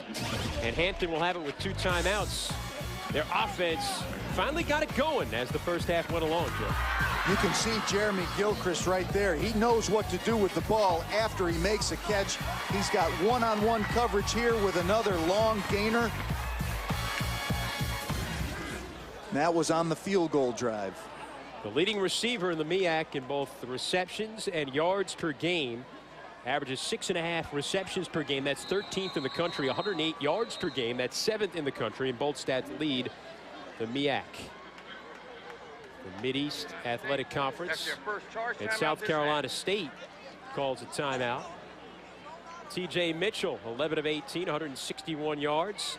And his favorite target is his former high school teammate, Jeremy Gilchrist. He's his favorite target today. He's been his favorite target all season long. Jeremy came into this game with 39 catches. He's added 5. That's Lansdowne High School in Virginia Beach, Virginia. Gilchrist and Mitchell, both captains of this squad.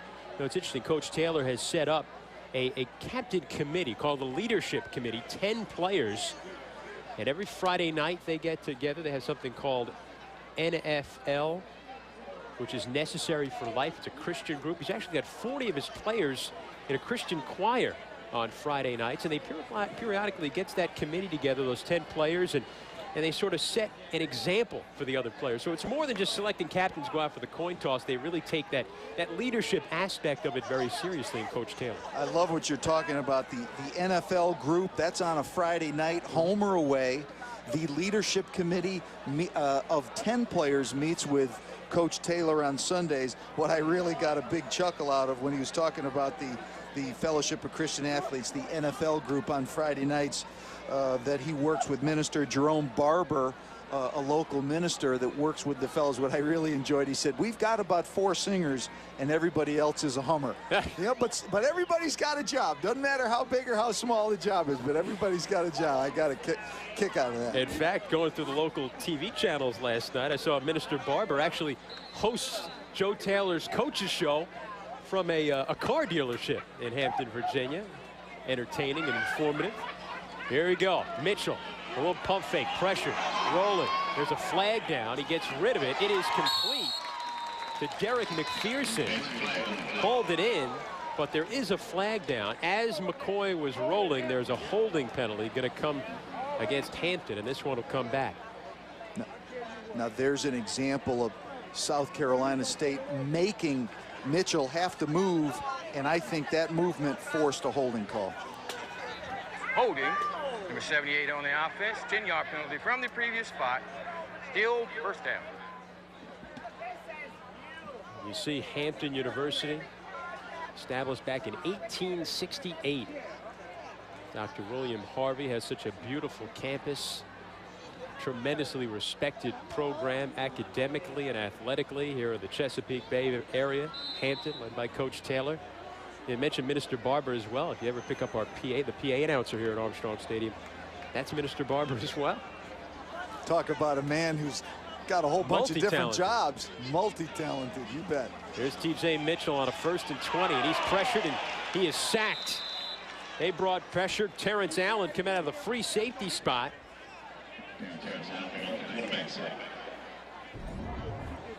Another look at Terrence Allen creeping in from the left side of your screen. South Carolina State not holding anything back. That's 2 pressures in a row. They're doing everything they can to make sure that they don't give up the last score in the half. Just 49 seconds to go in the half. A second down and forever. On the 30-yard line of Hampton. Out of the shotgun, Mitchell. Pressure, gets rid of it. It's complete to Beverly, the running back. And he is tripped up and down at the 37-yard line. Staying in bounds with 30 seconds to go in the first half. Clock continues to run. 3rd down and long. Bulldogs certainly willing to let the clock keep rolling. 3rd and 19. Mitchell. Stepping up in the pocket. Airing it out for Brown. Off the hands. They were a good 3 yards out of bounds when that ball came down as Brown going up the sidelines, can't bring it in, and Be a 4th down with 6 seconds to go in the first half. Excellent coverage down the sideline with the corner squeezing. I believe that's Brinson, Bailey Brinson, squeezing the receiver towards the sideline. The ball was going to take him out of bounds anyway, but excellent coverage by Brinson. Jamal Blanchard, best punter in the MEAC this season at 45.3 yards per kick. Gonna let this one fly. Trey Young is back deep for South Carolina State. Just get a chance at a return perhaps, so I don't think they're going to give him a chance. They do. They air it out. Trey Young going to try and run it down, but this one will sail toward the out-of-bounds line, and that's going to do it for the first half.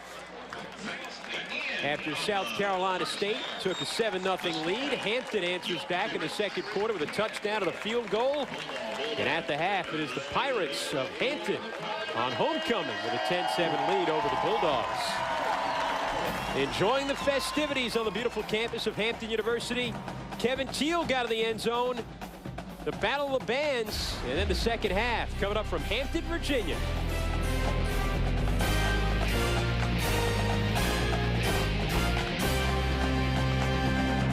Founded in 1896, South Carolina. Chris Carino and Jim Hopper back with you at Hampton at halftime.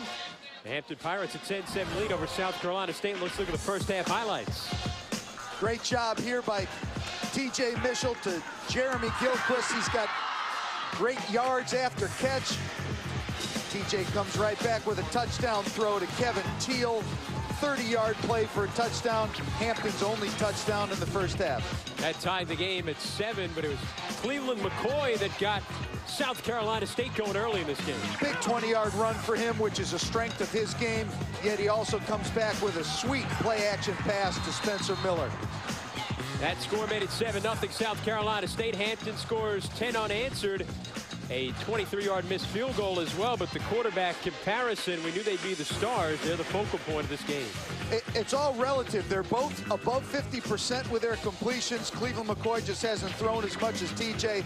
They've both been an integral part of their offensive production so far in the game. You can see McCoy had 41 yards rushing. Well, the bands are back in the stands. A great battle of the bands and a long halftime. And now the players back on the field and ready to go, ready to begin the third quarter. South Carolina State kicking it off. They trail 10-7. Grantham is handling the kickoff and punting duties. A bit of a breeze has built up during the course of the afternoon, and a holder on to keep it on the tee. And Grantham sends a high wobbling kick toward the sideline. That'll bounce out of bounds. So the flags fly. And Hampton will get good field position to start the third quarter. Chris, we can see already that the wind has picked up here in the second half, late in the afternoon, and it had a big impact on that kick. You can see the wind blowing as the official, Preston Harding, referee. We have a kick out of bounds. 5-yard penalty, free kick. See the flags flying. The goalposts are actually moving a little bit. That's how windy it is here at Armstrong Stadium right now on the campus of Hampton University. Coach has an option. Take it at the 35 automatically again, or make him re-kick. Now with the kickoff rule the way it is, I think you especially make him re-kick into this stiff wind we're facing. Absolutely. See if the ball gets hung up again in the air. So they'll kick it from their own 25-yard line. The receivers are standing at the 25-yard line to return this kick. It's Teal back there. It's a wobbler. This is going to go in the area of McPherson. They'll let it bounce, though, and it bounces backwards. And again, it's out of bounds. Let's see if third time's a charm. Joe Taylor gotta make him kick it again. Might end up in field goal range after the next one. Again, we have kickoff, out of bounds, 5-yard penalty, re-kick. So a lengthy halftime. And now 3 kickoffs to start the third quarter. Players are going to be getting a little stiff on the sideline. It was a long halftime. You're exactly right. notice both sides, as they were waiting to take their sidelines for the bands to clear the field, all of the players on both sides doing a great job getting themselves re-stretched, running, trying to get their bodies heated up again. So now South Carolina State and Grantham will kick it off from their own 20. This is almost like after a safety. I was just going to say that, except they don't have the option to use a punter. Dustin DeBose is going to come over. Now he'll go back. They keep it on the tee. It stays on the tee without a holder. So Teal standing back at his own 30 to return this. Grantham gets into it. This is straight down the middle. Oh, now it's toward the sideline. It sails into the South Carolina State bench. Wow. Coach Taylor indicating once again. They'll make him kick it off for the fourth time. And that'll be at the 15. Again, it's just a stiff breeze blowing back into the kicker. We have kickoff out of bounds. 5-yard penalty, free kick. This is just a nightmare for Stephen Grantham, the sophomore out of Florence, South Carolina. He's had to handle the punting chores in this game because their normal punter, Aaron Hare, is out with a concussion. Buddy Pugh has just got to be incensed right now. They're going to kick it off for their own 15-yard line. Coach Pugh needs to communicate to somebody. The pooch punt is obviously not working. They really may have to try to put this in squibit just to keep it on the ground and keep it in the field of play. These penalties are really damaging right now for what's going to be the opening of the second half field position. So Teal is standing at his own 40 to return it. Now the ball blows off the tee, and they're going to call for a holder. Dustin DeBose will come over to hold it for Grantham. I've never seen this before. Ever see those commercials? You want to get away? I think right now that's Grantham. He just wants to get off the field right now. Gets into this one, just sends a line drive, and Teal let it go by, now picks it up. Teal starts up the middle, angles toward the sideline, got some running room. Tackler's missing. Kevin Teal still on his feet, and he goes out of bounds inside South Carolina State territory at the 31-yard line. It looked like South Carolina State caught a break that time when Teal let it go by, but he gets a nice return out of it on the fourth kickoff attempt to start the third quarter. Kevin Teal's the one who's trying to get away. It was a low, flat trajectory kick that did get by him initially, but he had plenty of time to recover and get it. So now Hampton will set up on the 31-yard line of South Carolina State to start the third quarter in their first possession. Victory right now for South Carolina State is going to be do everything we can to limit this to a field goal drive if there are any points at our. Well, Kevin Beverly got hit in the backfield and brought down for a loss by Cedric Lloyd, the junior out of Manning, South Carolina. And a loss on the play of a couple of yards. First half statistics, big edge in passing yards to Hampton. Big edge in passing yards, big edge in total yards, and yet we have a game that's only a 3-point game. It's been a resilient game so far by the Bulldogs to keep it that close. They almost had half as many minutes and seconds in time of possession as well compared to Hampton. And it's the 50th play of the game for Hampton. South Carolina State has only run 27 offensive plays. Mitchell throwing short in the direction of Justin Brown. Hampton held it for nearly 20 minutes in the first quarter. Only about 10 minutes of possession for South Carolina State, but one interception by Mitchell led to South Carolina State's only score. This time he gets pressured and knocked down by Cedric Lloyd, who's come to play here in the third quarter. The pressure that South Carolina State's been calling has forced the 5 offensive linemen to single block and not have any opportunity for a double team somewhere. And once you get 5-on-5, all you need is for one guy to be able to beat a block.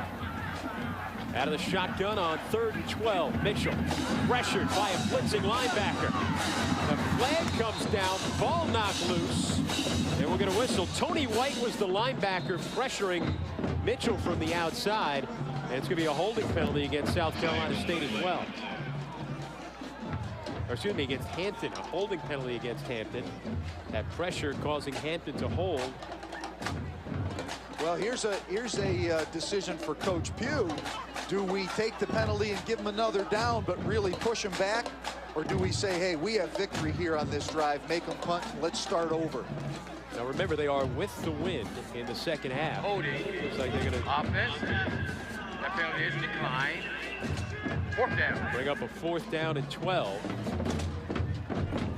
Get a look at Tony White coming off the linebacker spot to pressure Mitchell. And he's unblocked. There's nobody coming out of the line or no back stepping up to be able to handle him with the pass protection.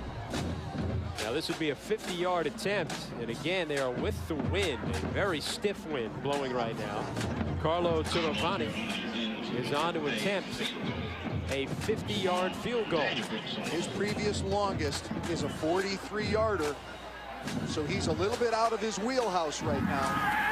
And they fake it, try and flip it, and it's taken away. Raphael Bush of South Carolina State is going to go the distance for the touchdown. What a turn of events. It was about to be a duplicate of what we saw earlier with LSU earlier in the season, with a blind flip behind the shoulder of the holder to the kicker, and Bush intercepts it. What a turn of events. A 50-yard field goal attempt for Hampton turns into a touchdown for South Carolina State as Raphael Bush takes it and goes 60 yards. What an interesting way to start the second half. Well, we had 4 opening kickoffs to start the third quarter, and then a botched fake field goal that ends up at a touchdown for South Carolina State. Chris, the emotional level of this South Carolina State team here in the third quarter. Chris, that just shows how well coached South Carolina State is. They had a bad deal to get started with the kicks that went out of bounds. That defense played hard. They created tackles for losses. Now on the field goal rush team, they played heads up. It's a great job, great preparation. So Grantham, the extra point. It is good. South Carolina State jumps back on top on a wild play to start the third quarter. Raphael Bush taking it 60 yards off the missed field goal. And we're back right after this.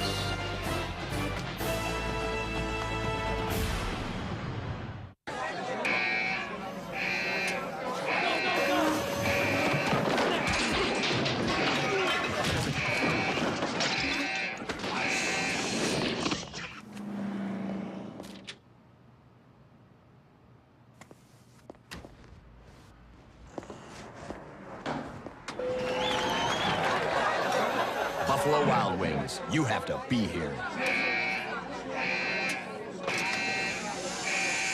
Now get big arms, a ripped chest, and cut abs with the Perfect Push-Up. The Perfect Push-Up works with the natural rotation of your arms and shoulders to maximize results and minimize stress on your body.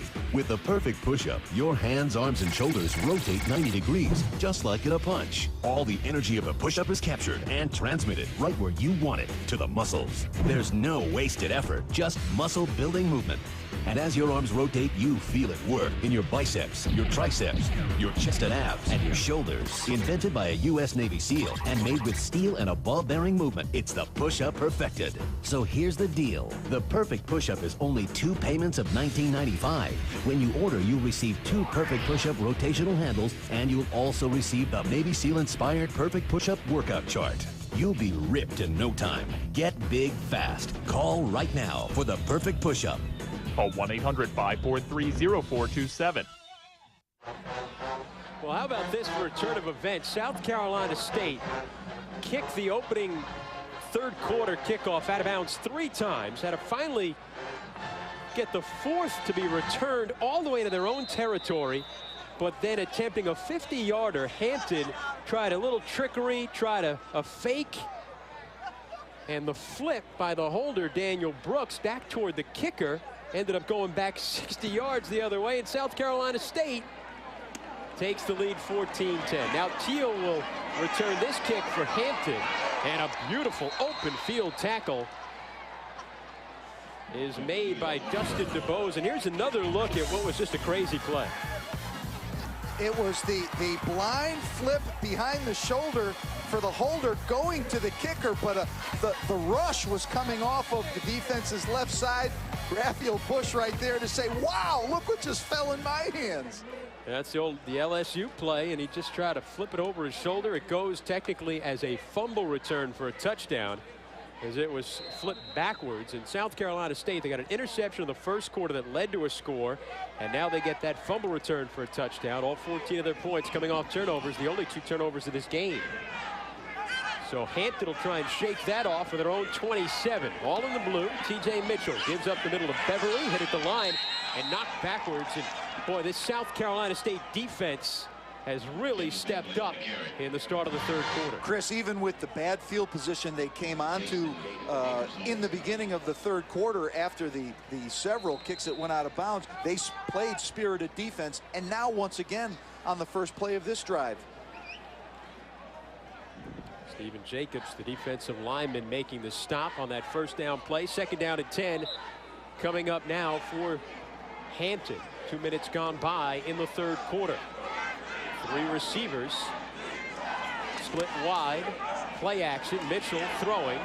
He's got Teal, and Teal is brought out of bounds at the 44-yard line by Marquis Hamlin. After Grayson missed, Hamlin, the leading tackler for South Carolina State, knocks Teal out of bounds. As Teal comes up with his 3rd reception of the game.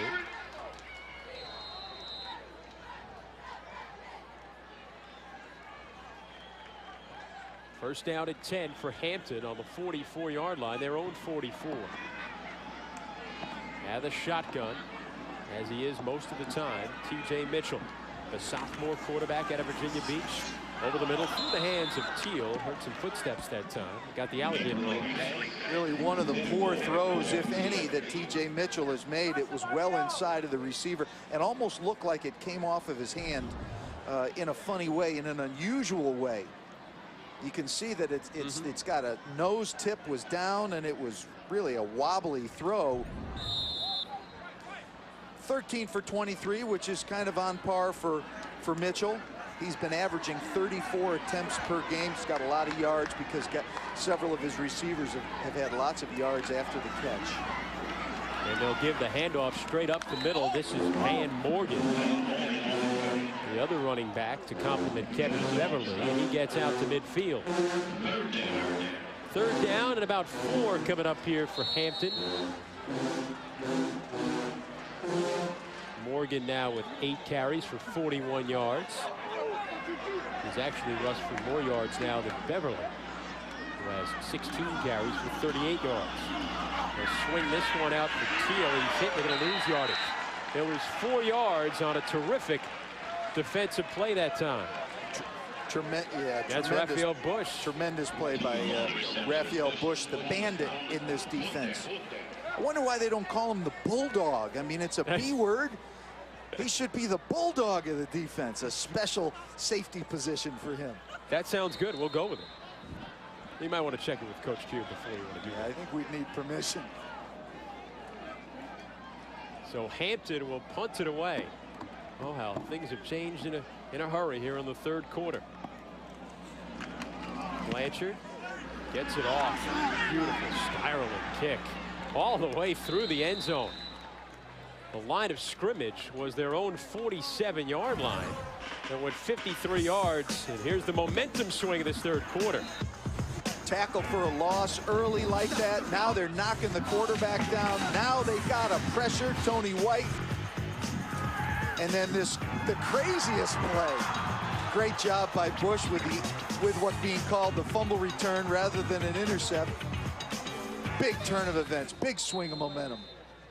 So Cleveland McCoy out of the shotgun on a 1st and 10 at his own 20. And they hand off to Will Ford. Gets through the line out to the 24-yard line. 4-yard pickup on 1st down for Will Ford.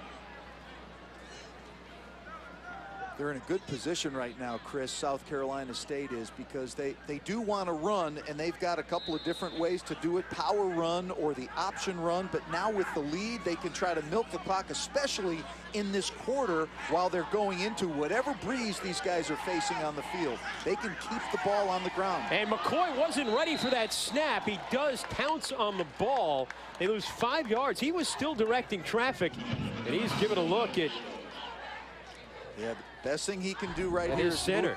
Move on to the next play. You bet. He was trying to direct traffic, and there must have been just enough of a noise to distract the center, and he snapped the ball. Just right here, show some senior leadership. We'll move on.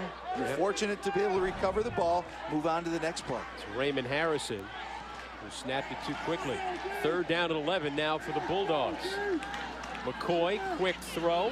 He's got his receiver straight up the middle, reaching for first down yardage. Philip Morris will be just short of a first down. Actually, that's DuBose.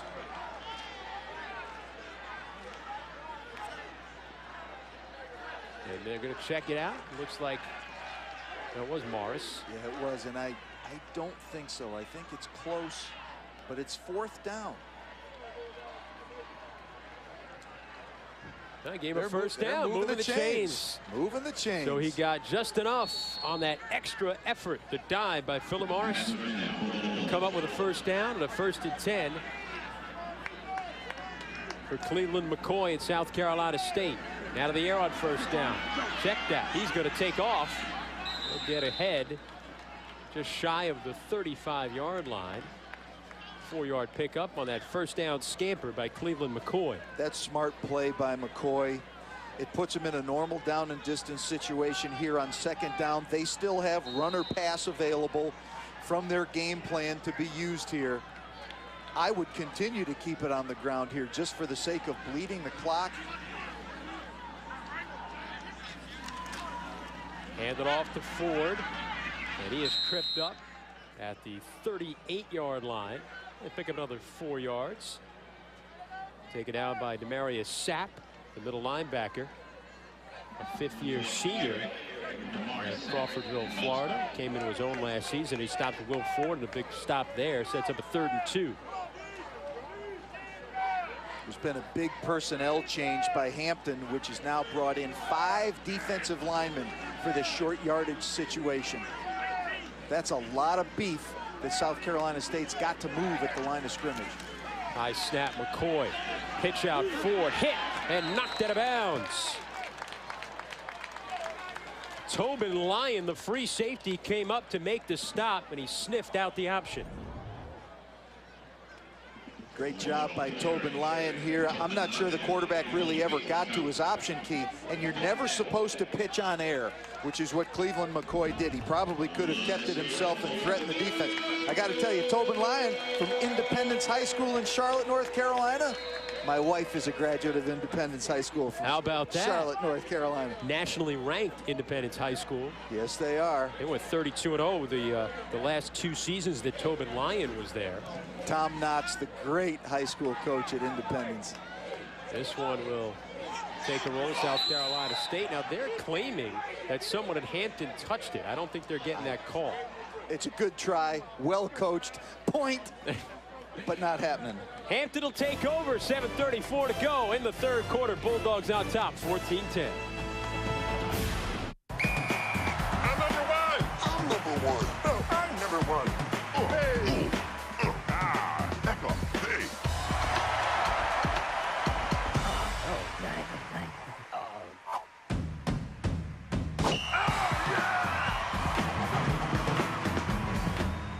State Farm is proud to sponsor the Mid-Eastern Athletic Conference. Call your local State Farm agent today. What's inside the orange box? The best game of all time. Brain melting offbeat genius. The deepest multiplayer game of the year.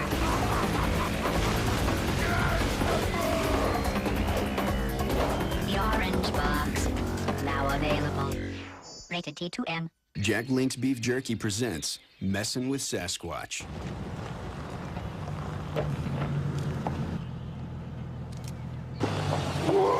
Hey, you want to ride? It's okay. Sorry. We're sorry. Sorry, buddy. Sorry, buddy.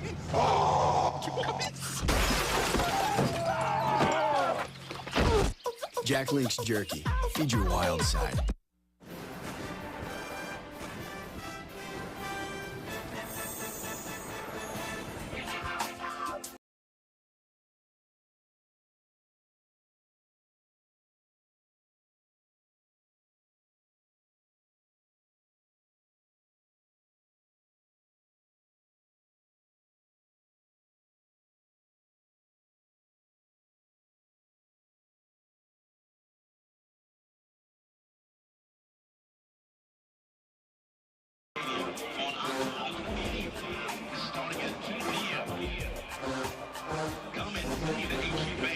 You're watching ESPNU College Football presented by Citi. Chris Carino and Jim Hoffer with you on the campus of Hampton University, where things have changed quickly in the third quarter. And this game was in favor of Hampton to start things off. Things were going well, and now South Carolina State with that 58-yard fumble return for a touchdown. And now have turned momentum, and they're doing it on the strength of this defense, which again stops Hampton for none, if maybe a couple of inches on first down. Bulldogs have really played inspired defense here in the second half and came onto the field in a bad spot to begin the third quarter, but they have done a great job. Total yards in the game, and the second half yards don't really tell the story. The 58-yard fumble return off the botched fake field goal was the big play. Now Mitchell lofts it toward the sideline. He's got his favorite receiver, Gilchrist. And Gilchrist is knocked out of bounds at the 41-yard line, right around first down yardage. What a touch pass right here by TJ Mitchell. You don't ever want to throw the ball over a defender to get to a receiver. You typically would just get off of that receiver and go somewhere else. But TJ with confidence in his throwing as well as in his receiver. And the 5'10 Gilchrist getting up, and we're seeing why the coaching staff and the quarterback, they use the term, we trust the hands of Jeremy Gilchrist. Jeremy Gilchrist really plays much bigger than his frame. And Morgan barreling ahead to the 46-yard line. Ryan Potts making the stop for South Carolina State. Here's the outside zone again, and terrific inside-out pursuit right there from the Bulldogs. Great form tackle, head across the bow, club up with your arms. Sound like Chris Spielman. Sound like a coach, is what you are, Jim Hoffa. That's good tackling right there. This is Beverly back in the game, and more good tackling. Antoine Gamble there, great shot from inside out. And they'll lose a yard on that play. It's so much fun to watch young guys who come in with their faces up, which is proper tackling form. Gamble's coming from the inside. He's got his face up. Look at him, looking at his target. And that's the safest way to tackle as well.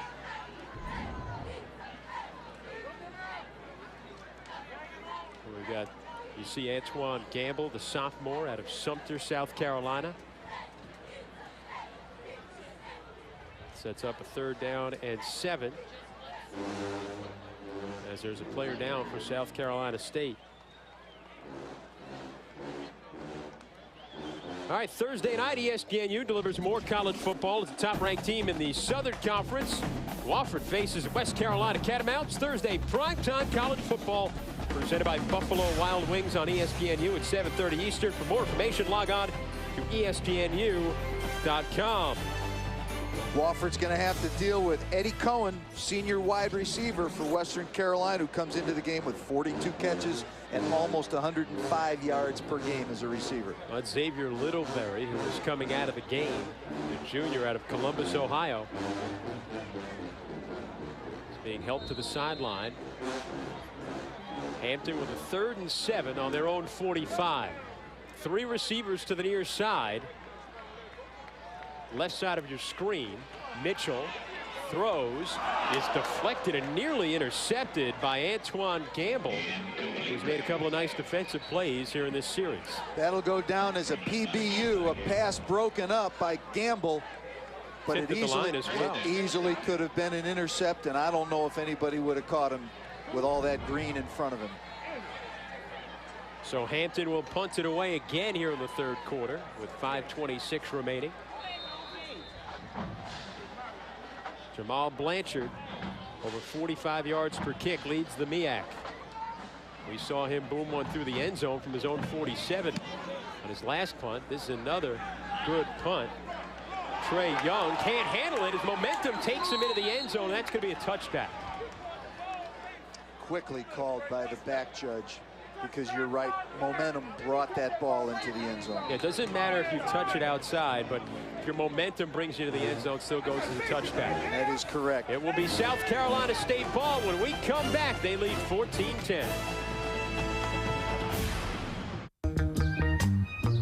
No curb appeal.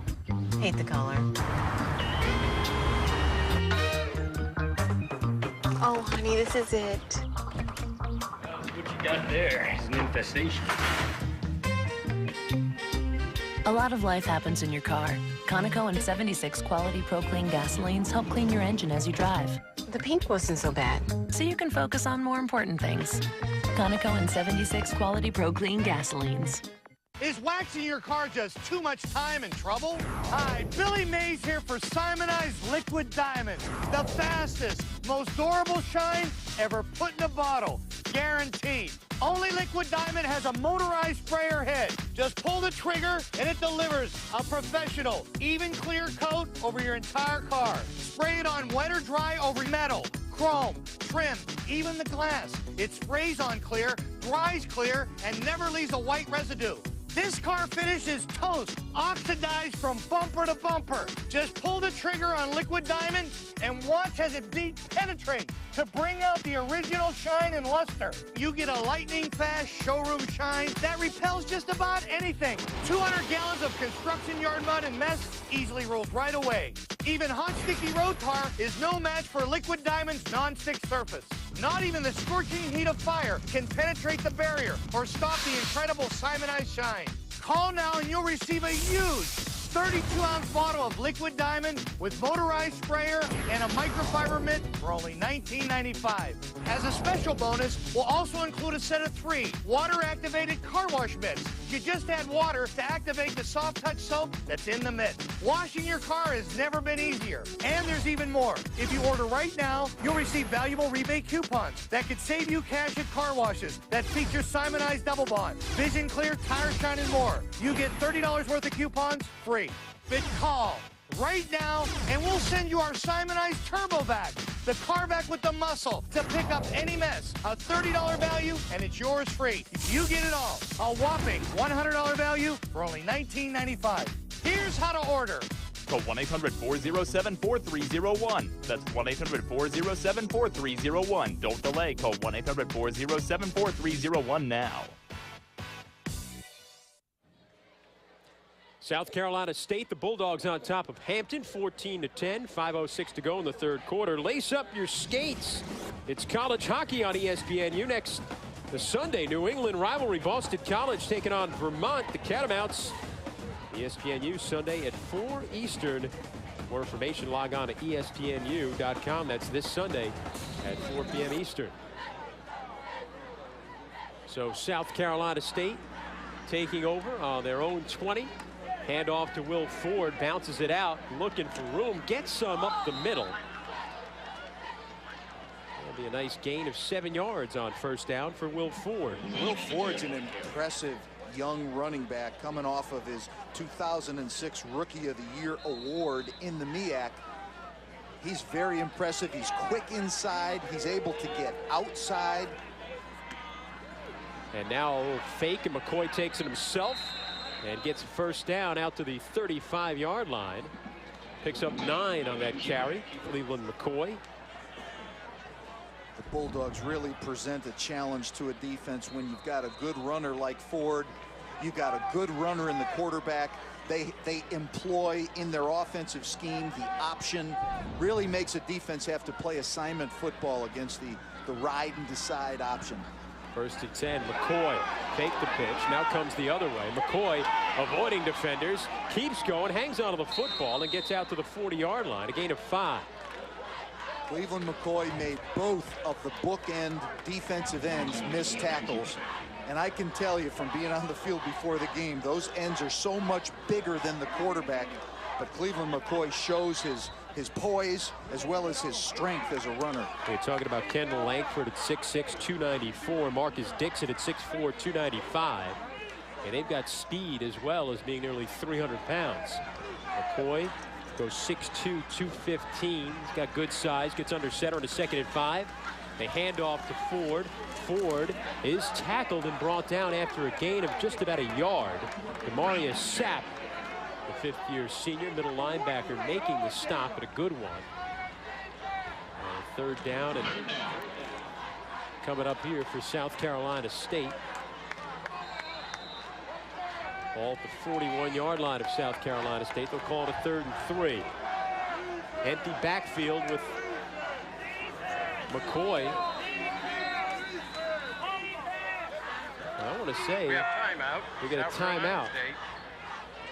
They only had 10 men on the field, I believe, because he looked. He had his 5 linemen in an empty backfield, had 4 receivers. So they call a timeout and get organized with 3:16 to go in the 3rd, and the Bulldogs up 14-10.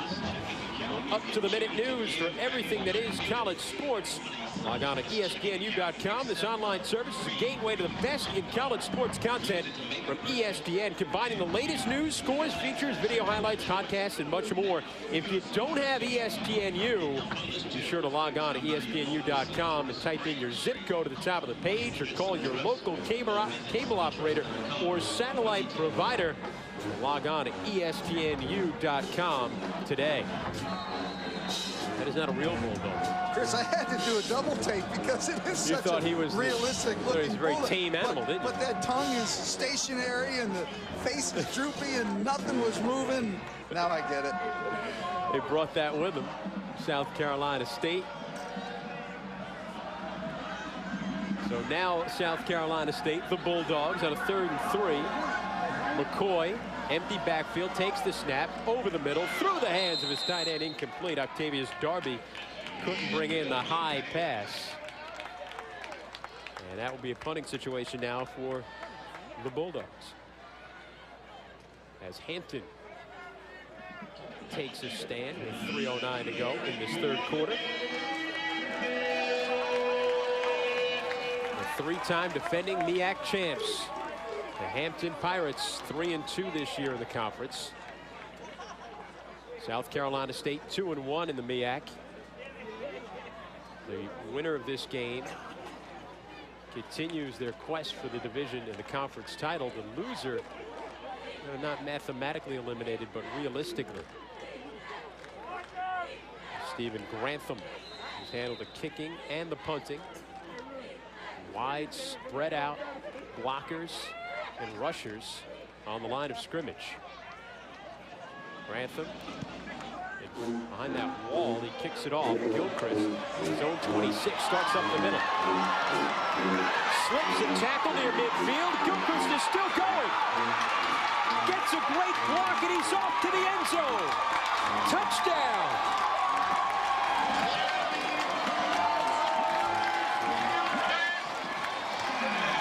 An electrifying player right there in the open field. He did a terrific job, Jeremy Gilchrist did, setting up his blocks, making one player miss. And it was a low kick, so he was able to get his hands on the ball quickly before the rest of the coverage got to him. He shakes one there. He's getting good help in front of him by his blockers. Once he got past a 2nd level of coverage people, his speed was able to get him all the way to the end zone. 74 yards and the touchdown for Jeremy Gilchrist. The extra point is good, and Hampton back in front. Special teams have been the difference in the 3rd quarter. 2 huge special teams plays. This one from Hampton. I love watching him, and he's got a good squeeze on the ball while he's in the high traffic area. Then he can really stretch out his stride. He's been in the end zone before. First on special teams this year. 5th and 5 receiving touchdowns coming into this game. And Jeremy Gilchrist gives Hampton the 17-14 lead. So we had a botched fake field goal that resulted in a 58-yard touchdown for Raphael Bush of South Carolina State here in the 3rd quarter. Now the 74-yard punt return for a touchdown from Jeremy Gilchrist of Hampton, and special teams on display here in the 3rd quarter. Chris, it's why they call it special teams, because big plays can happen and do happen on that 4th down. You see just 22 yards in the 2nd half, but they get that big return on the punt return by Gilchrist. Less than a third of their yards on offense compared to the special teams.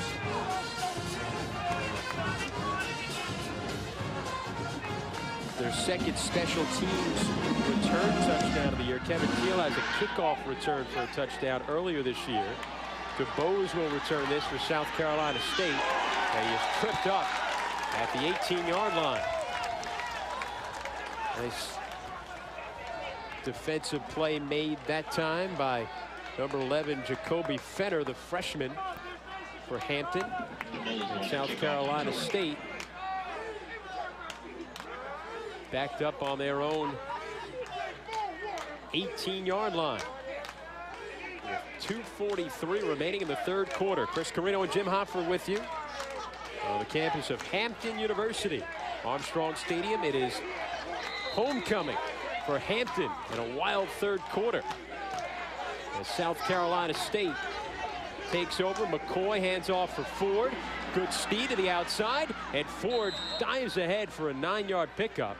Might have even gotten first down yardage as he got out to the 28-yard line. Good tackle there by Vaughn Mansfield for Hampton. South Carolina State just needs to keep their poise here. There's plenty of time left in the game, and they are going to have the advantage of the breeze as this game moves into the 4th quarter. So look at Will Ford's run. A lot of room. Yeah, a lot of room there for Will Ford on the counter tray, the tailback counter play with 2 pulling linemen. They do give him the first down, so a 10-yard pickup. Bulldogs on their own 28. Inside handoff to Ford. Just probing, looking, gets across the 30. Out to the 31-yard line. Pickup 3 for Will Ford. He has carried it 15 times for 72 yards. He's got a little hitch in his giddy up there as he goes to the sidelines. 4th in the conference at 95.2 yards per game coming into this game. And now they'll give it to his backup, Woods, and Woods gets ahead to about the 37-yard line. Nice carry on that play by Jonathan Woods, the 6-foot, 210-pound sophomore, who had 126 yards rushing in their win last week against Florida A&M. One of 3 rushes over 100 yards. And a 3rd down and short, 3rd down and a yard. Bulldogs show good depth in their offensive backfield. 3rd and 1, McCoy will keep it himself for a first down. He's finally hit by Jonathan Wade and taken down, but not before he reached the 44-yard line. And a pickup of 7 yards on that 3rd and 1 carry for Cleveland McCoy. Not a surprise at all that he kept it. Coach Taylor from Hampton had told us, we expect Cleveland McCoy to be keeping the ball more than pitching it in the option game. Look at him try to lower his right shoulder and make some yardage after the tackle, after the hit, I should say. 3rd season as a starter, the senior Cleveland McCoy. Good a guy as they come, according to his coach, Coach Pugh. And he sends it out to the sideline. Incomplete, intended for DeBose, throwing into a stiff breeze, blowing back into the face of Cleveland McCoy. Sets up a 2nd down and 10. Coach Pugh said Cleveland McCoy is a guy you'd want your daughter to marry. A leader, and we see the decision making and his poise. It's been impressive for South Carolina State. He was very honest. He said, we go as he goes, meaning Cleveland McCoy. If he's hot and moving the ball, running or passing, that's what helps them be a really good offense. 6 for 12 in this game for 92 yards. He hands off now to Woods, and a beautiful open field tackle is made by Tobin Lyon. Again, the pride of Independence High School in Charlotte, North Carolina. Just a little bit too much cutback here by Woods. Sometimes young backs will see too much and they try to bring it or bend it back way too far. You really got to stay focused with your play side read. And he came back one gap too far. Tobin Lyon there to make the hit. Kids back in Charlotte, North Carolina, loving that. He coaches a bunch of 13-year-olds basketball during the offseason. And he makes a big defensive play as the clock runs down to the end of the third quarter. A wild third quarter it was. We can only hope the fourth is more of the same. On homecoming on the university, the campus of Hampton University, the Pirates in front 17-14. Back for the fourth quarter after this on ESPNU. If it was anything like the third quarter, you want to come back and watch. Stay tuned.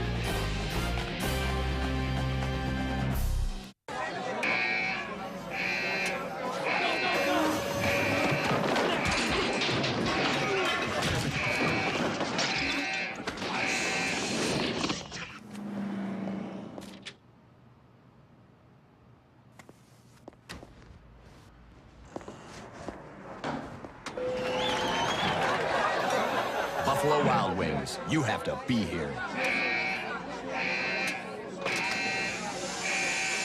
Who's moved up?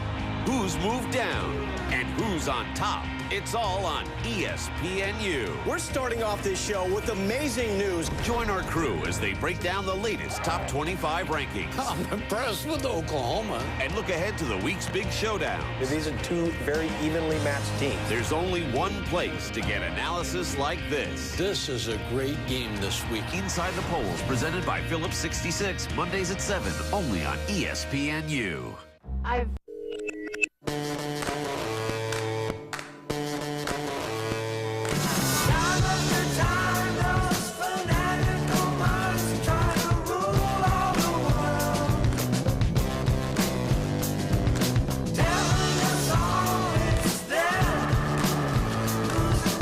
The new Dell Inspiron 1520, powered by Intel Centrino Duo processor technology. Dell, yours is here. Working from home changed my life. It all started when I was referred by this free service.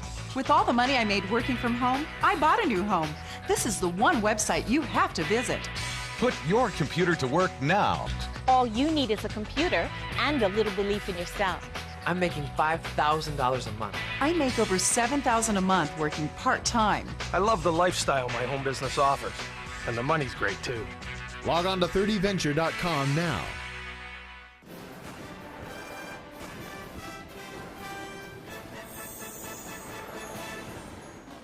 Statue of Booker T. Washington proudly on display on the beautiful campus of Hampton University along the shores of the Chesapeake Bay. What a perfect fall day. Nice breeze, more summer-like here at Armstrong Stadium in Hampton, Virginia. Temperature in the high 70s. Chris Carreno and Jim Hoffer with him. If the statue of Booker T. Washington, if his arm was raised a little bit higher, we're number one. We can try and work on that when you go out to the campus later on. Cleveland McCoy. He finds his man Trey Young and starts the fourth quarter with a nice 21-yard pass play to Oliver Trey Young. His second reception of this game. Excellent protection in front of Cleveland McCoy, and it does almost look like there's a mix-up. There's two receivers right on top of each other for the Bulldogs. Unbelievable concentration by Young to be able to make that catch. Philip Morris almost deflected a reception away. Here's Will Ford, and he is hit. Hente Baird coming up to make the stop for Hampton. May have been a little bit too much hunting and pecking right there by the running back. Sometimes you just got to stick your foot down and turn right or turn left and get into that briar patch. So second down and 9. For South Carolina State, the Bulldogs with the white jerseys and the blue pants. On offense right now in the 33 of Hampton. McCoy got a good block from his running back and then fires it well out of play. Nearly reached the stands over the track. I think you'd say he was throwing that one away. That's a smart play by a senior quarterback who knew, based on what the routes were, there wasn't going to be somebody there when he had to flush to his right. The protection was set up for him to have to set up to his left. Big penetration in the backfield. He reverse field, smart play, throwing it away. And his running back, Will Ford, did a nice job to pick up that blitz and save the sack. 3rd down and 9 for South Carolina State on the Hampton 33. McCoy looking at the sidelines, calmly, coolly. Coming to the line, directs Ford. And the play clock running down, and McCoy's got to call a timeout. A little bit too late there on the signaling coming in from the sidelines. Now they use their 2nd timeout, only 1 timeout remaining for the Bulldogs. And you know, when McCoy's out there and he's looking over that defense, he's talking about Kendall Langford and Marcus Dixon, those 2 big defensive ends that we talked about in the pregame, Tim, and these are 2 guys that have not made a huge impact in this game, but is it something you can always see right off the bat? I mean, they're just so big and strong. I think the right tackle, James Lee, who was the MEAC Offensive Lineman of the Week coming off of their game last week against Florida A&M, has done a great job neutralizing Langford on the right-hand side. Neither one of the ends have been totally destructive today, but believe me, the Bulldogs know where they are and what they have to do to at least keep them in check. An All-American and first-team All-MEAC player last season, Kendall Langford. We look at the MEAC winners, 4 of them from last week's 49-14 win over Florida A&M, including James Lee, the offensive lineman, a preseason first-team all-conference selection. 4 of the 5 spots, they have 5 winners every week. 4 of the 5 were Bulldogs. Pressure coming. McCoy avoiding Dixon, getting room, keeps it, and manages to get out to the 30-yard line. So we talked about Langford. The other player, Marcus Dixon, was right in the face that time of McCoy. And boy, look at Langford trying to get after him. Nice job trying to defeat the low block, and you have to defeat the low block with your hands and eyes as much as with your feet. You can see great effort right there by Langford, and that's going to turn on any number of NFL personnel executives when they watch a big man playing so hard, running from sideline to sideline. Now McCoy throwing through the hands of DeBose, incomplete as they went for about 4th and 5. Too close for a punt, and a little too much distance for the field goal attempt. And Hampton turns it over, or I should say South Carolina State turns it over on downs. Chris, it's a good call, though, because of how well South Carolina State's been playing defense. It's a good call, going for it there to try to gain 5 or 6 yards to keep the sticks moving.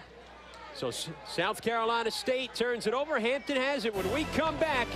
Pirates in front, 17-14.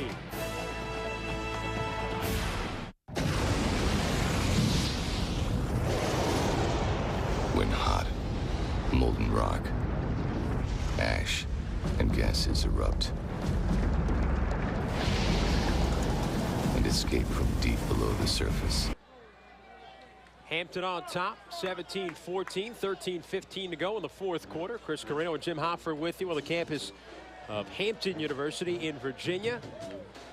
As the Pirates on homecoming, out front by 3.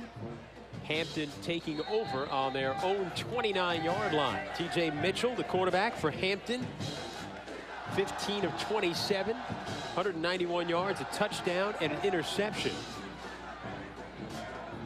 As the 6'3" sophomore out of the shotgun, a wobbler, and Teal can't bring it in. A tough pass to catch. These are 2 teams that were picked to be atop the MEAC coming into the season. They've struggled a little bit. South Carolina State 2-1 of the conference. Hampton at 3-2, and with Norfolk State and Delaware State undefeated, this is an important game for these 2 teams if they want to stay in the hunt to win the MEAC. Chris, Hampton's already played 5 games, and they have played the 2 teams at the top. unsuccessfully. South Carolina State, should they be able to pull this out today, they have a chance to impact the top of the standings. Of course, Hampton has won the last 3 conference titles as Beverly is dragged down to the 31-yard line. South Carolina State plays Delaware State next week, and Delaware State's one of the 2 teams that going into today was still undefeated in MEAC play. You see the MEAC titles. South Carolina State's won 11 of them over the course of their history. Of course, Hampton has won the last 3. Mitchell to throw deep down the sideline. It's caught by Brown. Is he in bounds? No, he is not. Incomplete pass. Justin Brown couldn't bring it in. Not a very demonstrative signal over there on the sidelines by the side judge and the head linesman. He was way out of bounds. Clearly out. So 4th down and 8. And Hampton will punt it away. Jamal Blanchard. He has averaged 52 yards a kick with 3 kicks, 3 punts in this game. And this one nearly went over his head. Big rush. He's got to eat it. And he goes down inside the 20. Another big special teams play for South Carolina State. Special teams has been the story here in the second half. I was just going to say that, Chris. Another huge play in the special teams. It's a high snap, as you can see, both high and off to the right. But also, South Carolina State was going for the block. They were not going for the return setup. They were coming with people, so they're able to easily make the tackle on the punter. Tremendous field position now, a short field for the Bulldog offense. Maurice Riley is snapped too high. And actually, Jamal Blanchard did a nice job not to have it go sailing into the end zone. So Cleveland McCoy to the air, a little behind him and nearly intercepted. As Michael Sweat had the coverage on Will Ford. 2nd down and 10 coming up for South Carolina State. Remember, an interception in the first quarter gave South Carolina State good field position, which led to a touchdown for their first score. They took a 7-0 lead. And right now, the special teams play has them on the doorstep again. McCoy fakes the inside handoff, takes off himself. He's got running room. Touchdown, Cleveland McCoy. He faked the inside handoff, and he scampers into the end zone. 19 yards for the touchdown for Cleveland McCoy.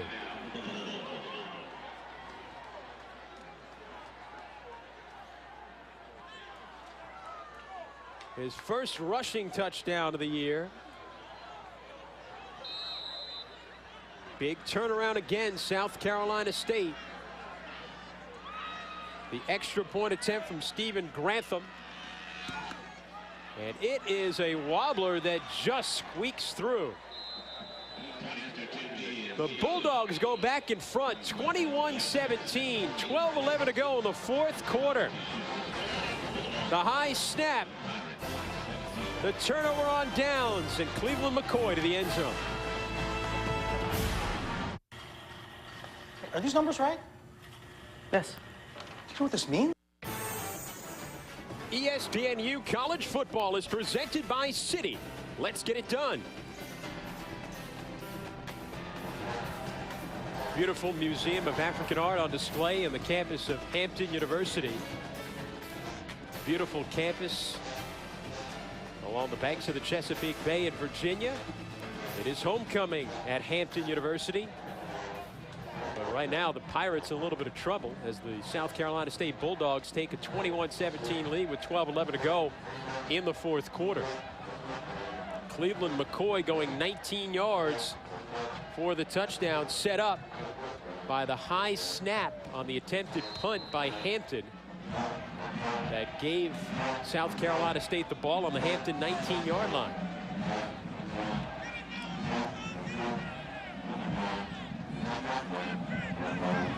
So Grantham gets into it, sends it deep for Teal. Teal in his own end zone decides to run it out. Is this a good decision? No, he goes down at the 16-yard line. As South Carolina State, Julius Wilkerson taking him down, and it's been a wild day for special teams in the second half at least. That's a big break for South Carolina State. getting the fumble recovery on the trick field goal, and then Jeremy Gilchrist coming right back with a scintillating 73-yard punt return, dodging and weaving all the way through. Then the tough snap, really a great catch by Grantham simply to get the ball, but a big field position change, and then obviously it resulted in the touchdown. Yeah, we shouldn't overlook the way this second half started. We should have known we'd have wild special teams play. They had to kick it off 4 times because the first 3 South Carolina State kickoff attempts were out of bounds. Great point. Mitchell against pressure throws. It's incomplete. The low pass lands in the grass. T.J. Mitchell. You know, we go back to the kickoff we just saw that went into the end zone. That was the same fella trying to kick off into the wind in the 3rd quarter, where it was blooped up and went out of bounds 3 times. So that tells you a little bit about the kind of breeze that's behind the backs of the South Carolina State Bulldogs right now. You know, I'm looking at the top of the goalpost as you see Stephen Grantham, the kicker. The wind has died down a little bit. Grantham saying, sure, now I'm going the other way. And they get the inside handoff again. What he's trying to say is, that's really the kicker that I am. What you just saw. So you see the flags have really started to die down. Much better kicking situation than it was. You don't talk to your kickers when you were a coach, Jim Huff? Well, not if you can help it, because those guys, they have a very specific job to do, and it's hard to control them sometimes. Big pressure coming up. Mitchell gets rid of it. It's complete to Justin Brown, and he's taken out of bounds by Travis Jackson. But a completion. It was a 3rd down and 8. He got it right near the sticks. But it's going to be just short of a 4th down coming up. There's still value in that completion, however, because it gave them several more yards of field position for punting, and they need every yard in this quarter because of the wind that they're punting into. So Jamal Blanchard, the snapper is Maurice Riley, sent a high one the last attempt. That's a good snap. And now it's a wobbling kick, though, from the usual strong-footed Blanchard. And they touch it. It's loose. It's a live ball. Who's got it? We'll wait for the official. Hampton comes away with it. Derek McPherson down covering, and another wild special teams play has an effect on the second half. This is a real bad mistake by Trey Young. South Carolina State already had great field position. If he doesn't come near the ball, but he's trying to make a good play, but it's difficult to scoop on the run like that. And he touches it, it becomes fair game, and Hampton has recovered with great field position. Well, he saw a lot of running room down that sideline, and he made a bad decision. Mitchell now to the air, throwing it deep. Teal coming back for it. It's broken up. There is a flag down. Phillip Adams, the corner, is arguing his point. There is a flag down.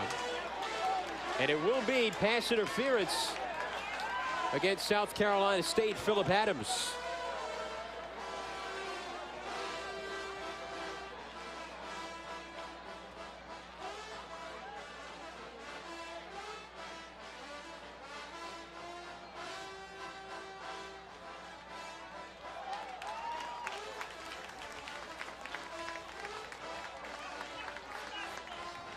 Get another look, see if we can see the penalty.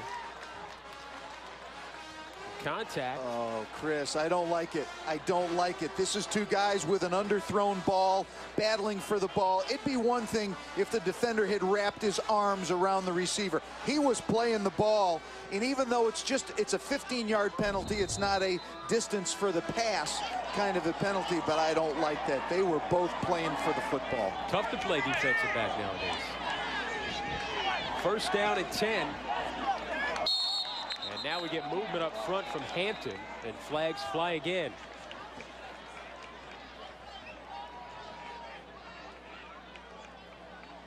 That's Akeem Lamar, the right tackle.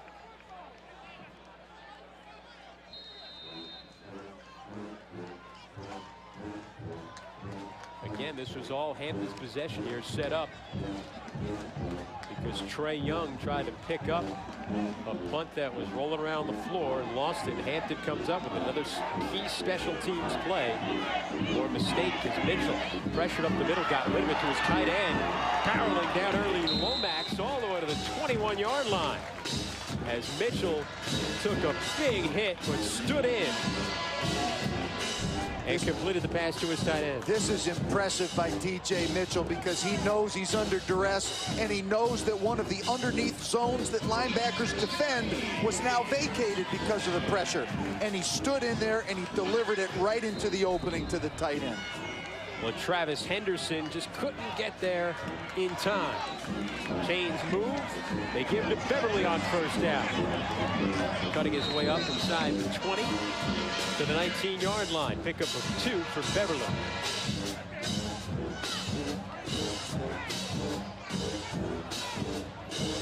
Clock continues to run. 10:07 to go in the fourth quarter. 21-17, South Carolina State. The Bulldogs on top of Hampton. Chris Carrino and Jim Hopper with you on the campus of Hampton University, Armstrong Stadium. A BIAC battle. Coach Taylor of Hampton won the last 3 titles. Now his 16th season. He's only had 1 losing season with Hampton University. Second down, they'll call it 8. Mitchell going toward the end zone. Intended for Teal. Broken up with a flag.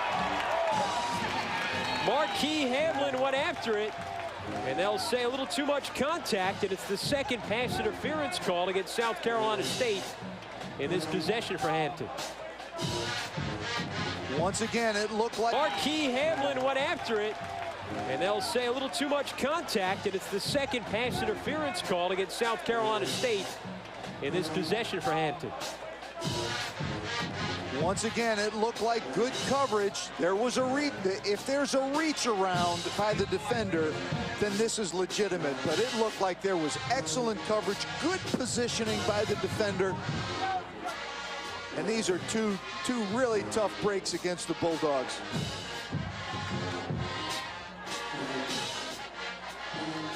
So Marquis Hamlin is called for the pass interference, and we'll get another look at it. Again, another pressure defense, and perhaps this is better because you could see Marquis Hamlin's right arm. His left arm is reaching up, but his right arm was around the waist of the receiver. Same receiver on both plays. Kevin Teal. And he's had a big day today as well as Gilchrist. First and goal from the 3. And this one won't get started as flags fly. This will be a substitution infraction, I believe, by South Carolina State.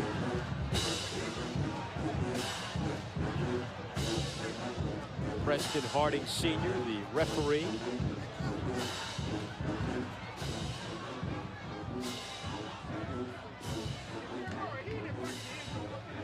Coach Pugh wants an explanation.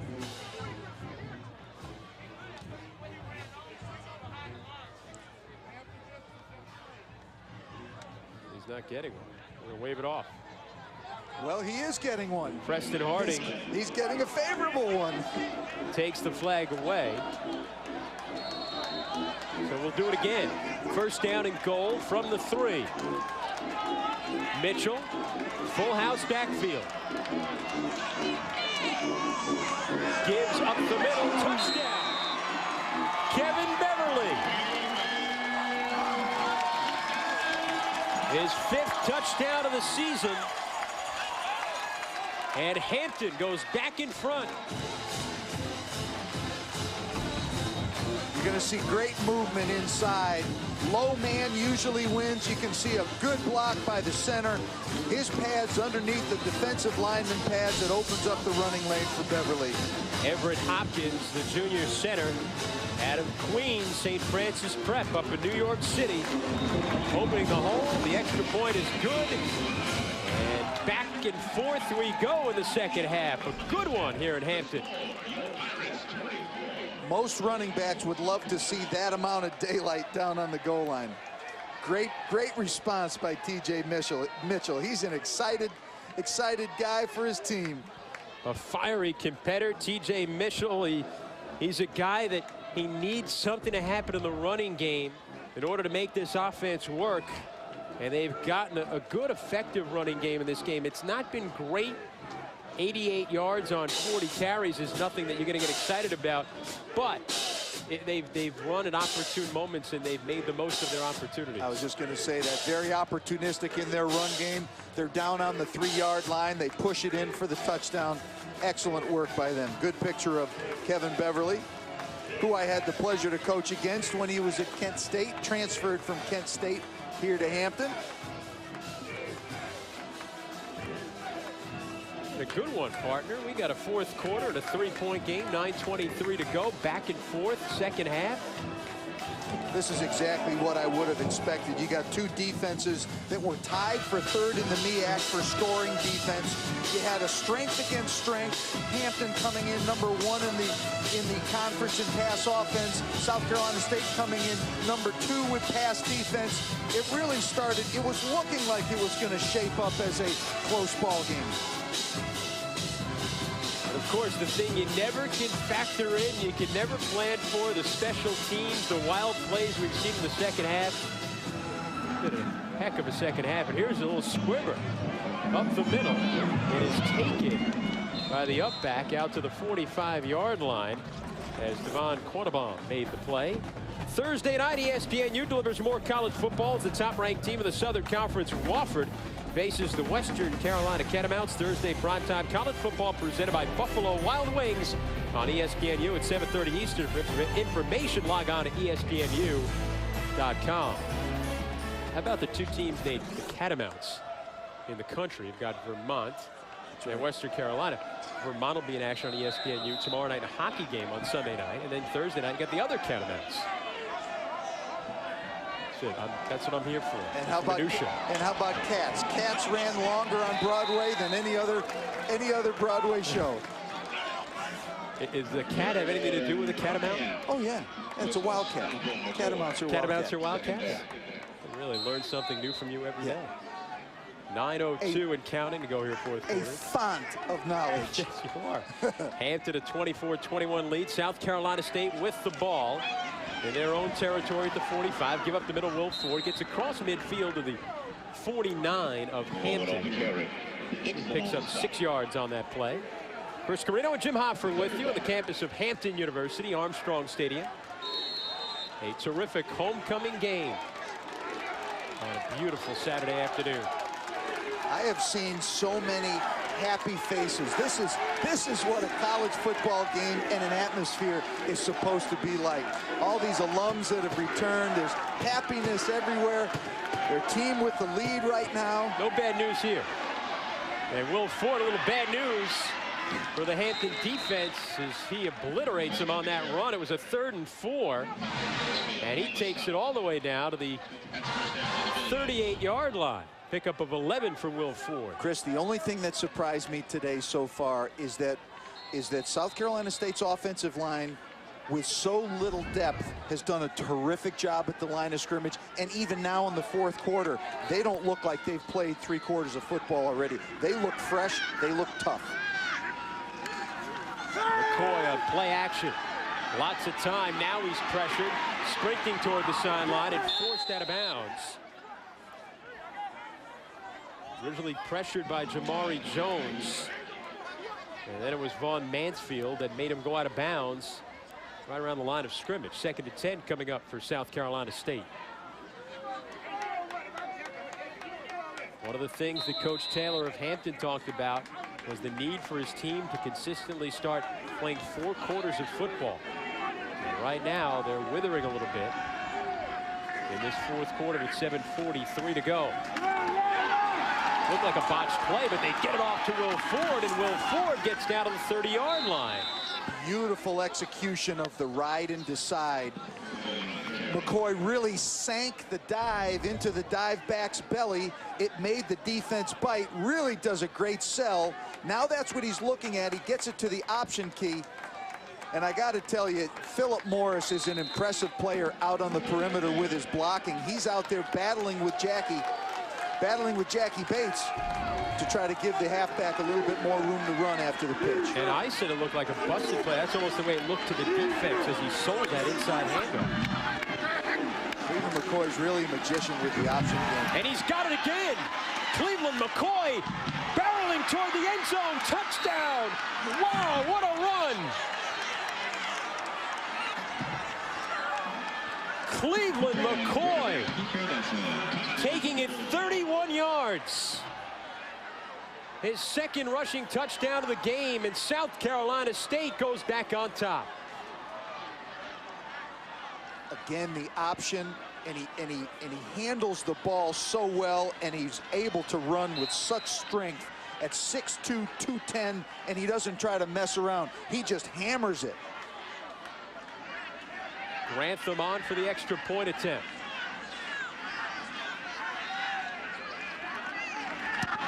It is perfect. South Carolina State, the Bulldogs, led by their quarterback, Cleveland McCoy. They take a 28-24 lead. Back with more fourth quarter action after this. It's homecoming at the campus of Hampton University, but South Carolina State has just taken the lead, 28-24, 6:53 remaining in the fourth quarter. Cleveland McCoy, the quarterback for South Carolina State. Jim Hopper, you have been so impressed with the play of that senior quarterback. Cleveland McCoy really does such a great job in the option game, and just watching that scene previous, beautiful smiles on the fans. I love it. Now the kickoff, Kevin Teal taking it at his own 3. Up the sideline, got room, still on his feet, but they'll say he went out of bounds. So he's out of bounds. Going back to that replay, Cleveland McCoy. Let's watch the offensive line. You got a highlight here on the right guard. Nathaniel Richardson. Nathaniel Richardson. He really seals the front that gives the quarterback a running lane after he pulls it. And the guard doesn't know if the ball has been pulled or if it's been given on the dive, but he's doing his job sealing the front. Well, they go 6 plays, 55 yards, 2 minutes and 27 seconds, a 31-yard run for Cleveland McCoy, his second touchdown running. And South Carolina State in front, 28-24, 6:42 remaining in the fourth quarter. Mitchell gives the handoff to Beverly, pounds ahead, and now knocked backwards to the 40-yard line, but forward progress will mark him just shy of the 45. And a pickup of about 7 yards. Hampton's challenge is going to be to answer that last drive from South Carolina State. And when the clock gets under 5 minutes, you really don't have a friend anymore if you're the one that's behind. You lose your ally. Mitchell under center now for Hampton. Play action, Mitchell, pressure, hit as he threw it, incomplete. He was hit hard by Patrick Brooks, who ended up getting up slowly, but Brooks got right in the face of T.J. Mitchell and forced him to throw that incompletion. I think we're going to see Brooks and Tony White coming off from the other side and almost Tony White hit Brooks. Yeah, got him in a sandwich. That's right, a little bit of friendly fire here. Tony White hits his own man, Patrick Brooks, but it's good to see them both bounce up. All right, a big 3rd and 4 here with under 6 minutes to go in the fourth quarter. Hampton with it on their own 44. Gilchrist in motion. Back to throw Mitchell. It is deflected at the line of scrimmage. And sets up a 4th down for Hampton. Keon Brooks might have gotten a piece. That's him, number 99. Well, we got another special teams play here. We better hold on. Buckle our seatbelts, because anything can happen right here. It'll be Jamal Blanchard to punt. And now Trey Young, who had the fumble on the last punt return attempt, is not in there. Dominic Henry comes in to return the punt. The diminutive 5'6" junior. So they bench Trey Young and bring in Dominic Henry. Blanchard gets it off, end over end, and lets this one go. does Henry, and it will land at the 9-yard line, and that is where Hampton will defend. South Carolina State takes over. Lace up your skates. College hockey on ESPNU. A New England rivalry, Boston College, the Eagles taking on the other Catamounts of Vermont. Hockey on ESPNU Sunday, 4 Eastern.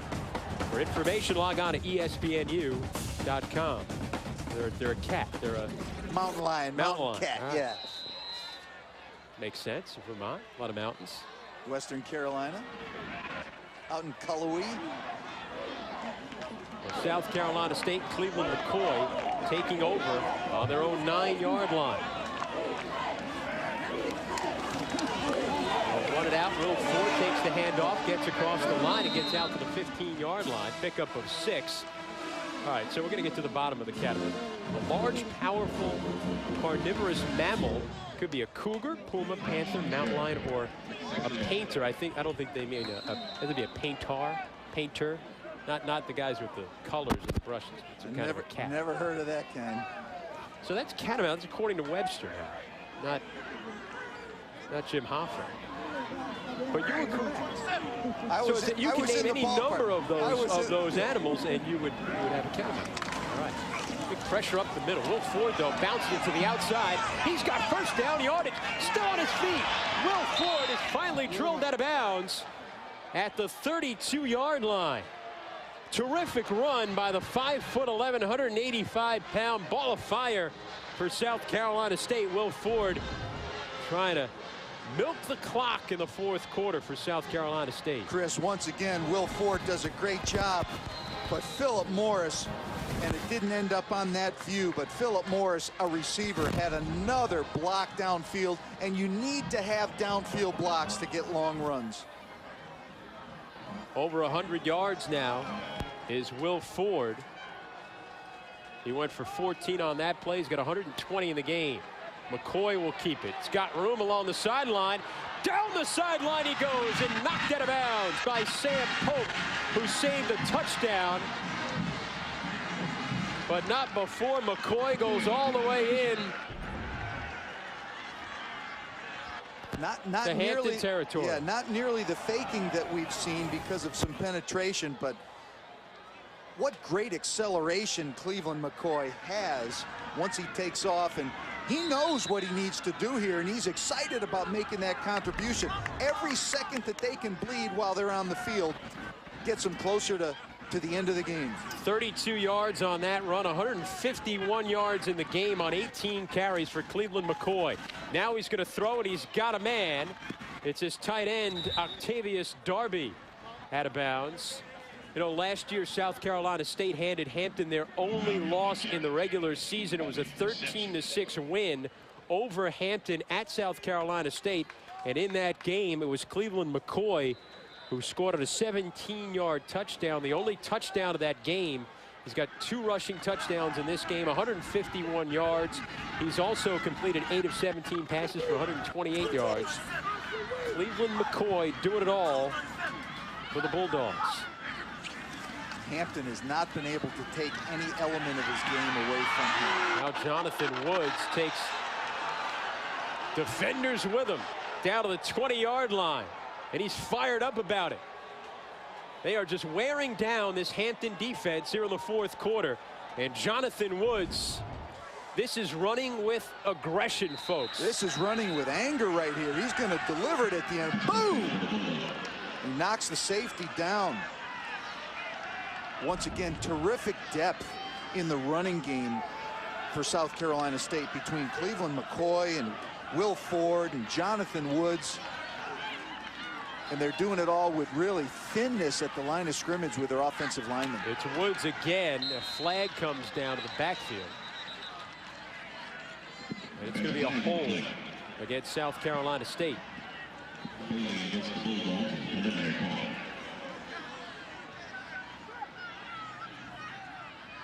This Hampton squad, we talked about that defensive front. We talked about their pressure, the physical nature of this defense. But they have been worn down by Cleveland McCoy and Will Ford and Jonathan Woods here in the 4th quarter. Coach Taylor just, He called for more consistency. He called for his team to play four quarters this week. Not getting that here in this game on homecoming. There's still work to be done with South Carolina State right now to preserve this victory, to preserve this lead. Clock running. 3:15 and counting. Play clock being milked down to 9. McCoy takes the snap, fakes the handoff, takes it himself up the middle, holding the ball as the defenders are reaching for it, and dives ahead to the 28-yard line, picking up a couple. It's the interesting challenge right here when you're coaching on defense, because you know you're telling your guys, we got to try to get one more takeaway, and your tackling can often suffer when you're trying to grab for the ball. So Hampton uses their first timeout. They have 2 remaining. And with South Carolina State, a 28-24 lead, exactly 3 minutes to go in the 4th quarter. Hampton trying to preserve the clock. But South Carolina State, I know there's some names on here you've recognized. Talk about the history of South Carolina State with 11 conference titles. How about Deacon Jones and Harry Carson? A couple of Hall of Famers. Donnie Shell, a college Hall of Famer. Donnie Shell, a great player for the Steelers. Robert Porcher with a great career with the Detroit Lions in recent history. It really is a who's who of men who have played football at South Carolina State. Marion Motley's name not even on there. One of the great old-timey NFL players, was really the first big back recognized in the NFL even before Jim Brown, and he had played for the Cleveland Browns. South Carolina State bench, you saw the band that's behind them. 300 strong in that South Carolina State band. Performed at halftime. They were terrific. At South Carolina State, with 3 minutes to go, they're on the 28 of Hampton. They faked it, now they give it. Their ball is loose. It's a fumble on the floor. There is a flag down. Hampton is claiming they've recovered the fumble. Langford knocked it loose. We'll have to sort out the ball and the penalty flag.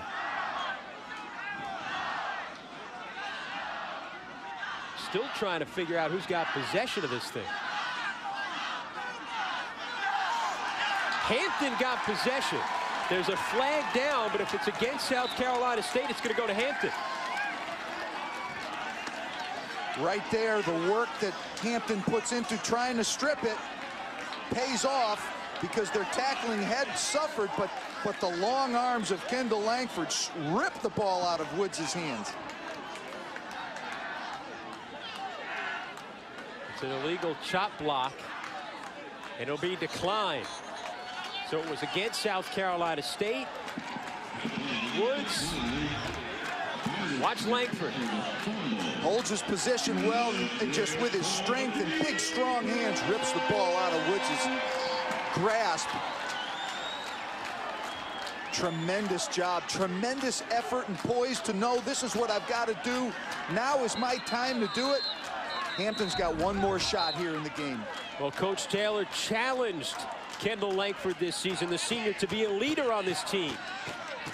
He's an NFL prospect, but he has really emerged. Coach Taylor really happy about the way Langford has become a leader for this Hampton team. As you see, the length that they have to travel on their own 22-yard line.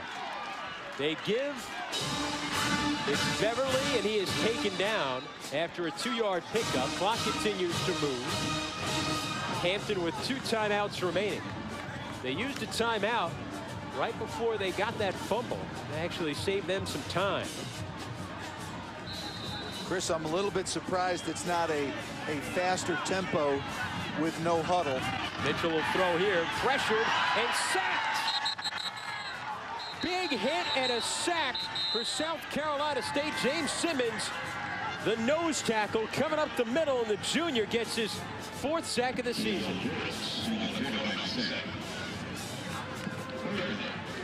And actually going to give Keon Brooks credit for that sack. James Simmons was there, but Keon Brooks will get credit.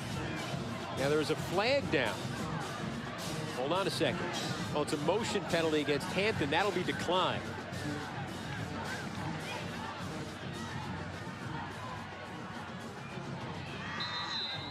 Get another look.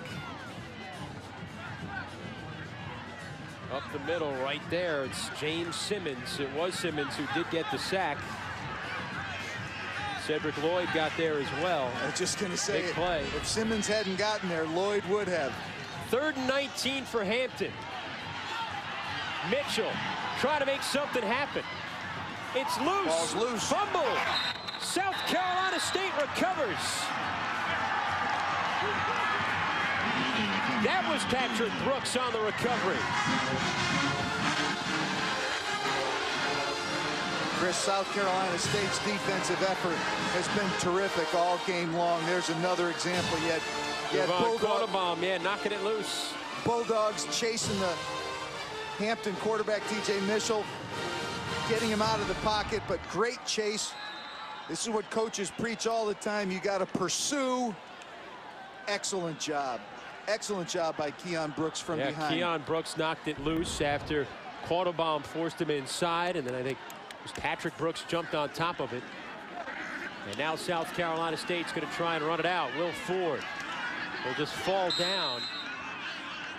I think he got hurt. He got hurt. I thought for a moment he was going to fall down so that he didn't go out of bounds. Wanted to keep the clock moving. Yeah, he may have cramped up. I think that's exactly what it is. I think he cramped up. Right about now, he knows he's in trouble. He's stumbling a little bit right there, down. Sure. So the clock is now stopped.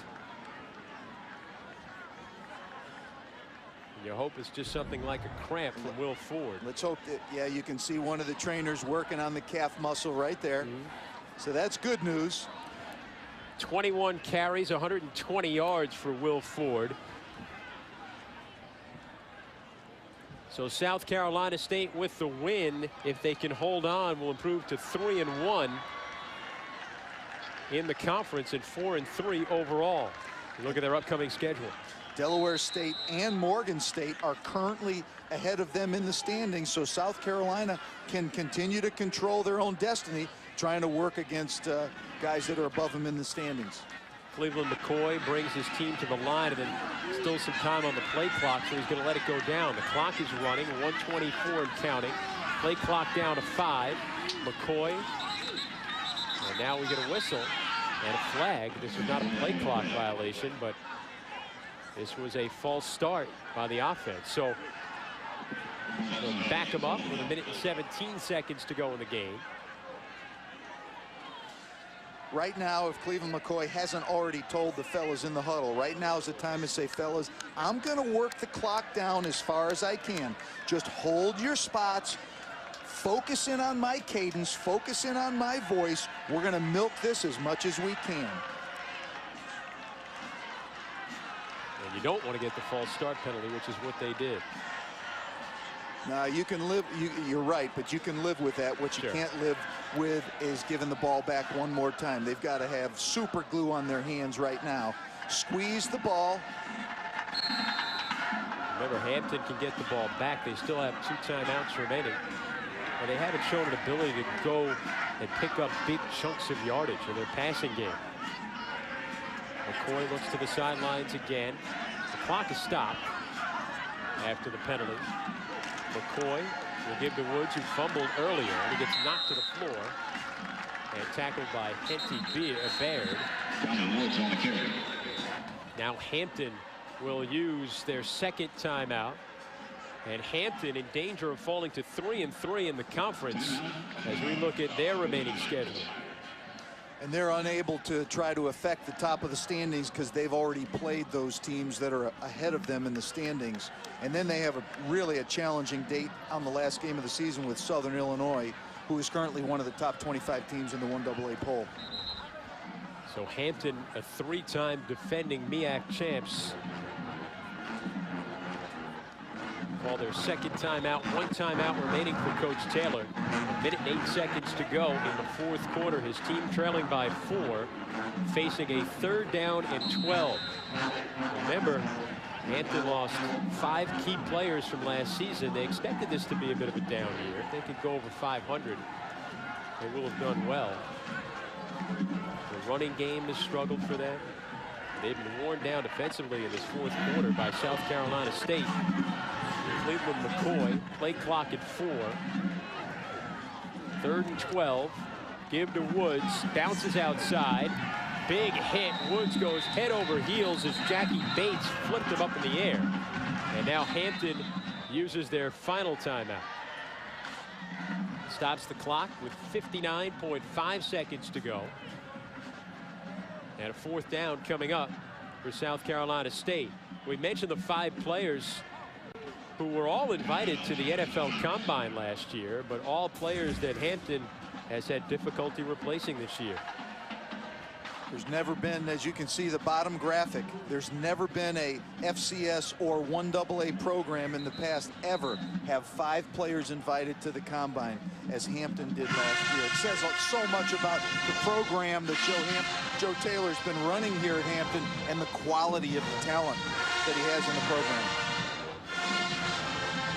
So South Carolina State will send Stephen Grantham out onto the field. As you get a look at Kendall Langford, a guy who probably be going to those combines next season. You can rest assured he'll be invited, and Marcus Dixon as well. Well, now they bring the offense out onto the field. McCoy under center on a 4th and 12. McCoy will air it out toward the end zone, and it's incomplete. And this will give Hampton the ball with 53.3 seconds to go. And they'll have it on their own 21-yard line, but they've got no timeouts remaining. I think this was a hit something quick. If it's not there, let's just get rid of it. Well, I can see a bust right there by the tight end, so it's a miscommunication. Actually, a pretty bold and aggressive call right there, because at worst, if it gets deflected and intercepted, it's even worse field position for Hampton. But it wasn't. So here we go. T.J. Mitchell to throw on 1st down. It is complete and knocked down at the 24-yard line. Gilchrist, no timeouts again remaining. No timeouts for T.J. Mitchell and Hampton. Clock running against them right now. 2nd and 6. Mitchell down the sideline over the head of McPherson, incomplete. Last week in their 1-point loss to Norfolk State, Mitchell hit Justin Brown on a long pass play that got them to within field goal range after an onside kick recovery, but they missed the 45-yarder. So Mitchell trying to work his magic again. A 3rd down and 6. Mitchell, quick pass. Gilchrist has it, going toward the sideline, knocked out of bounds. It's a nice job to get loose out of tackles. So sure-handed, Gilchrist. And he stops the clock by getting it out of bounds. Right now, South Carolina State knows Hampton can only stop the clock by getting the ball out of bounds. You'd think that they would be putting some kind of a hit on the outside receivers to reroute them and make it much more difficult for them to hug the sideline. So 1st and 10, Mitchell. Up the middle, now fires it. Justin Brown, it's low and it's incomplete. Couldn't bring it in. Justin Brown, who had 7 catches a week ago, has just 3 in this game. Mitchell trying to elude the pressure of South Carolina State.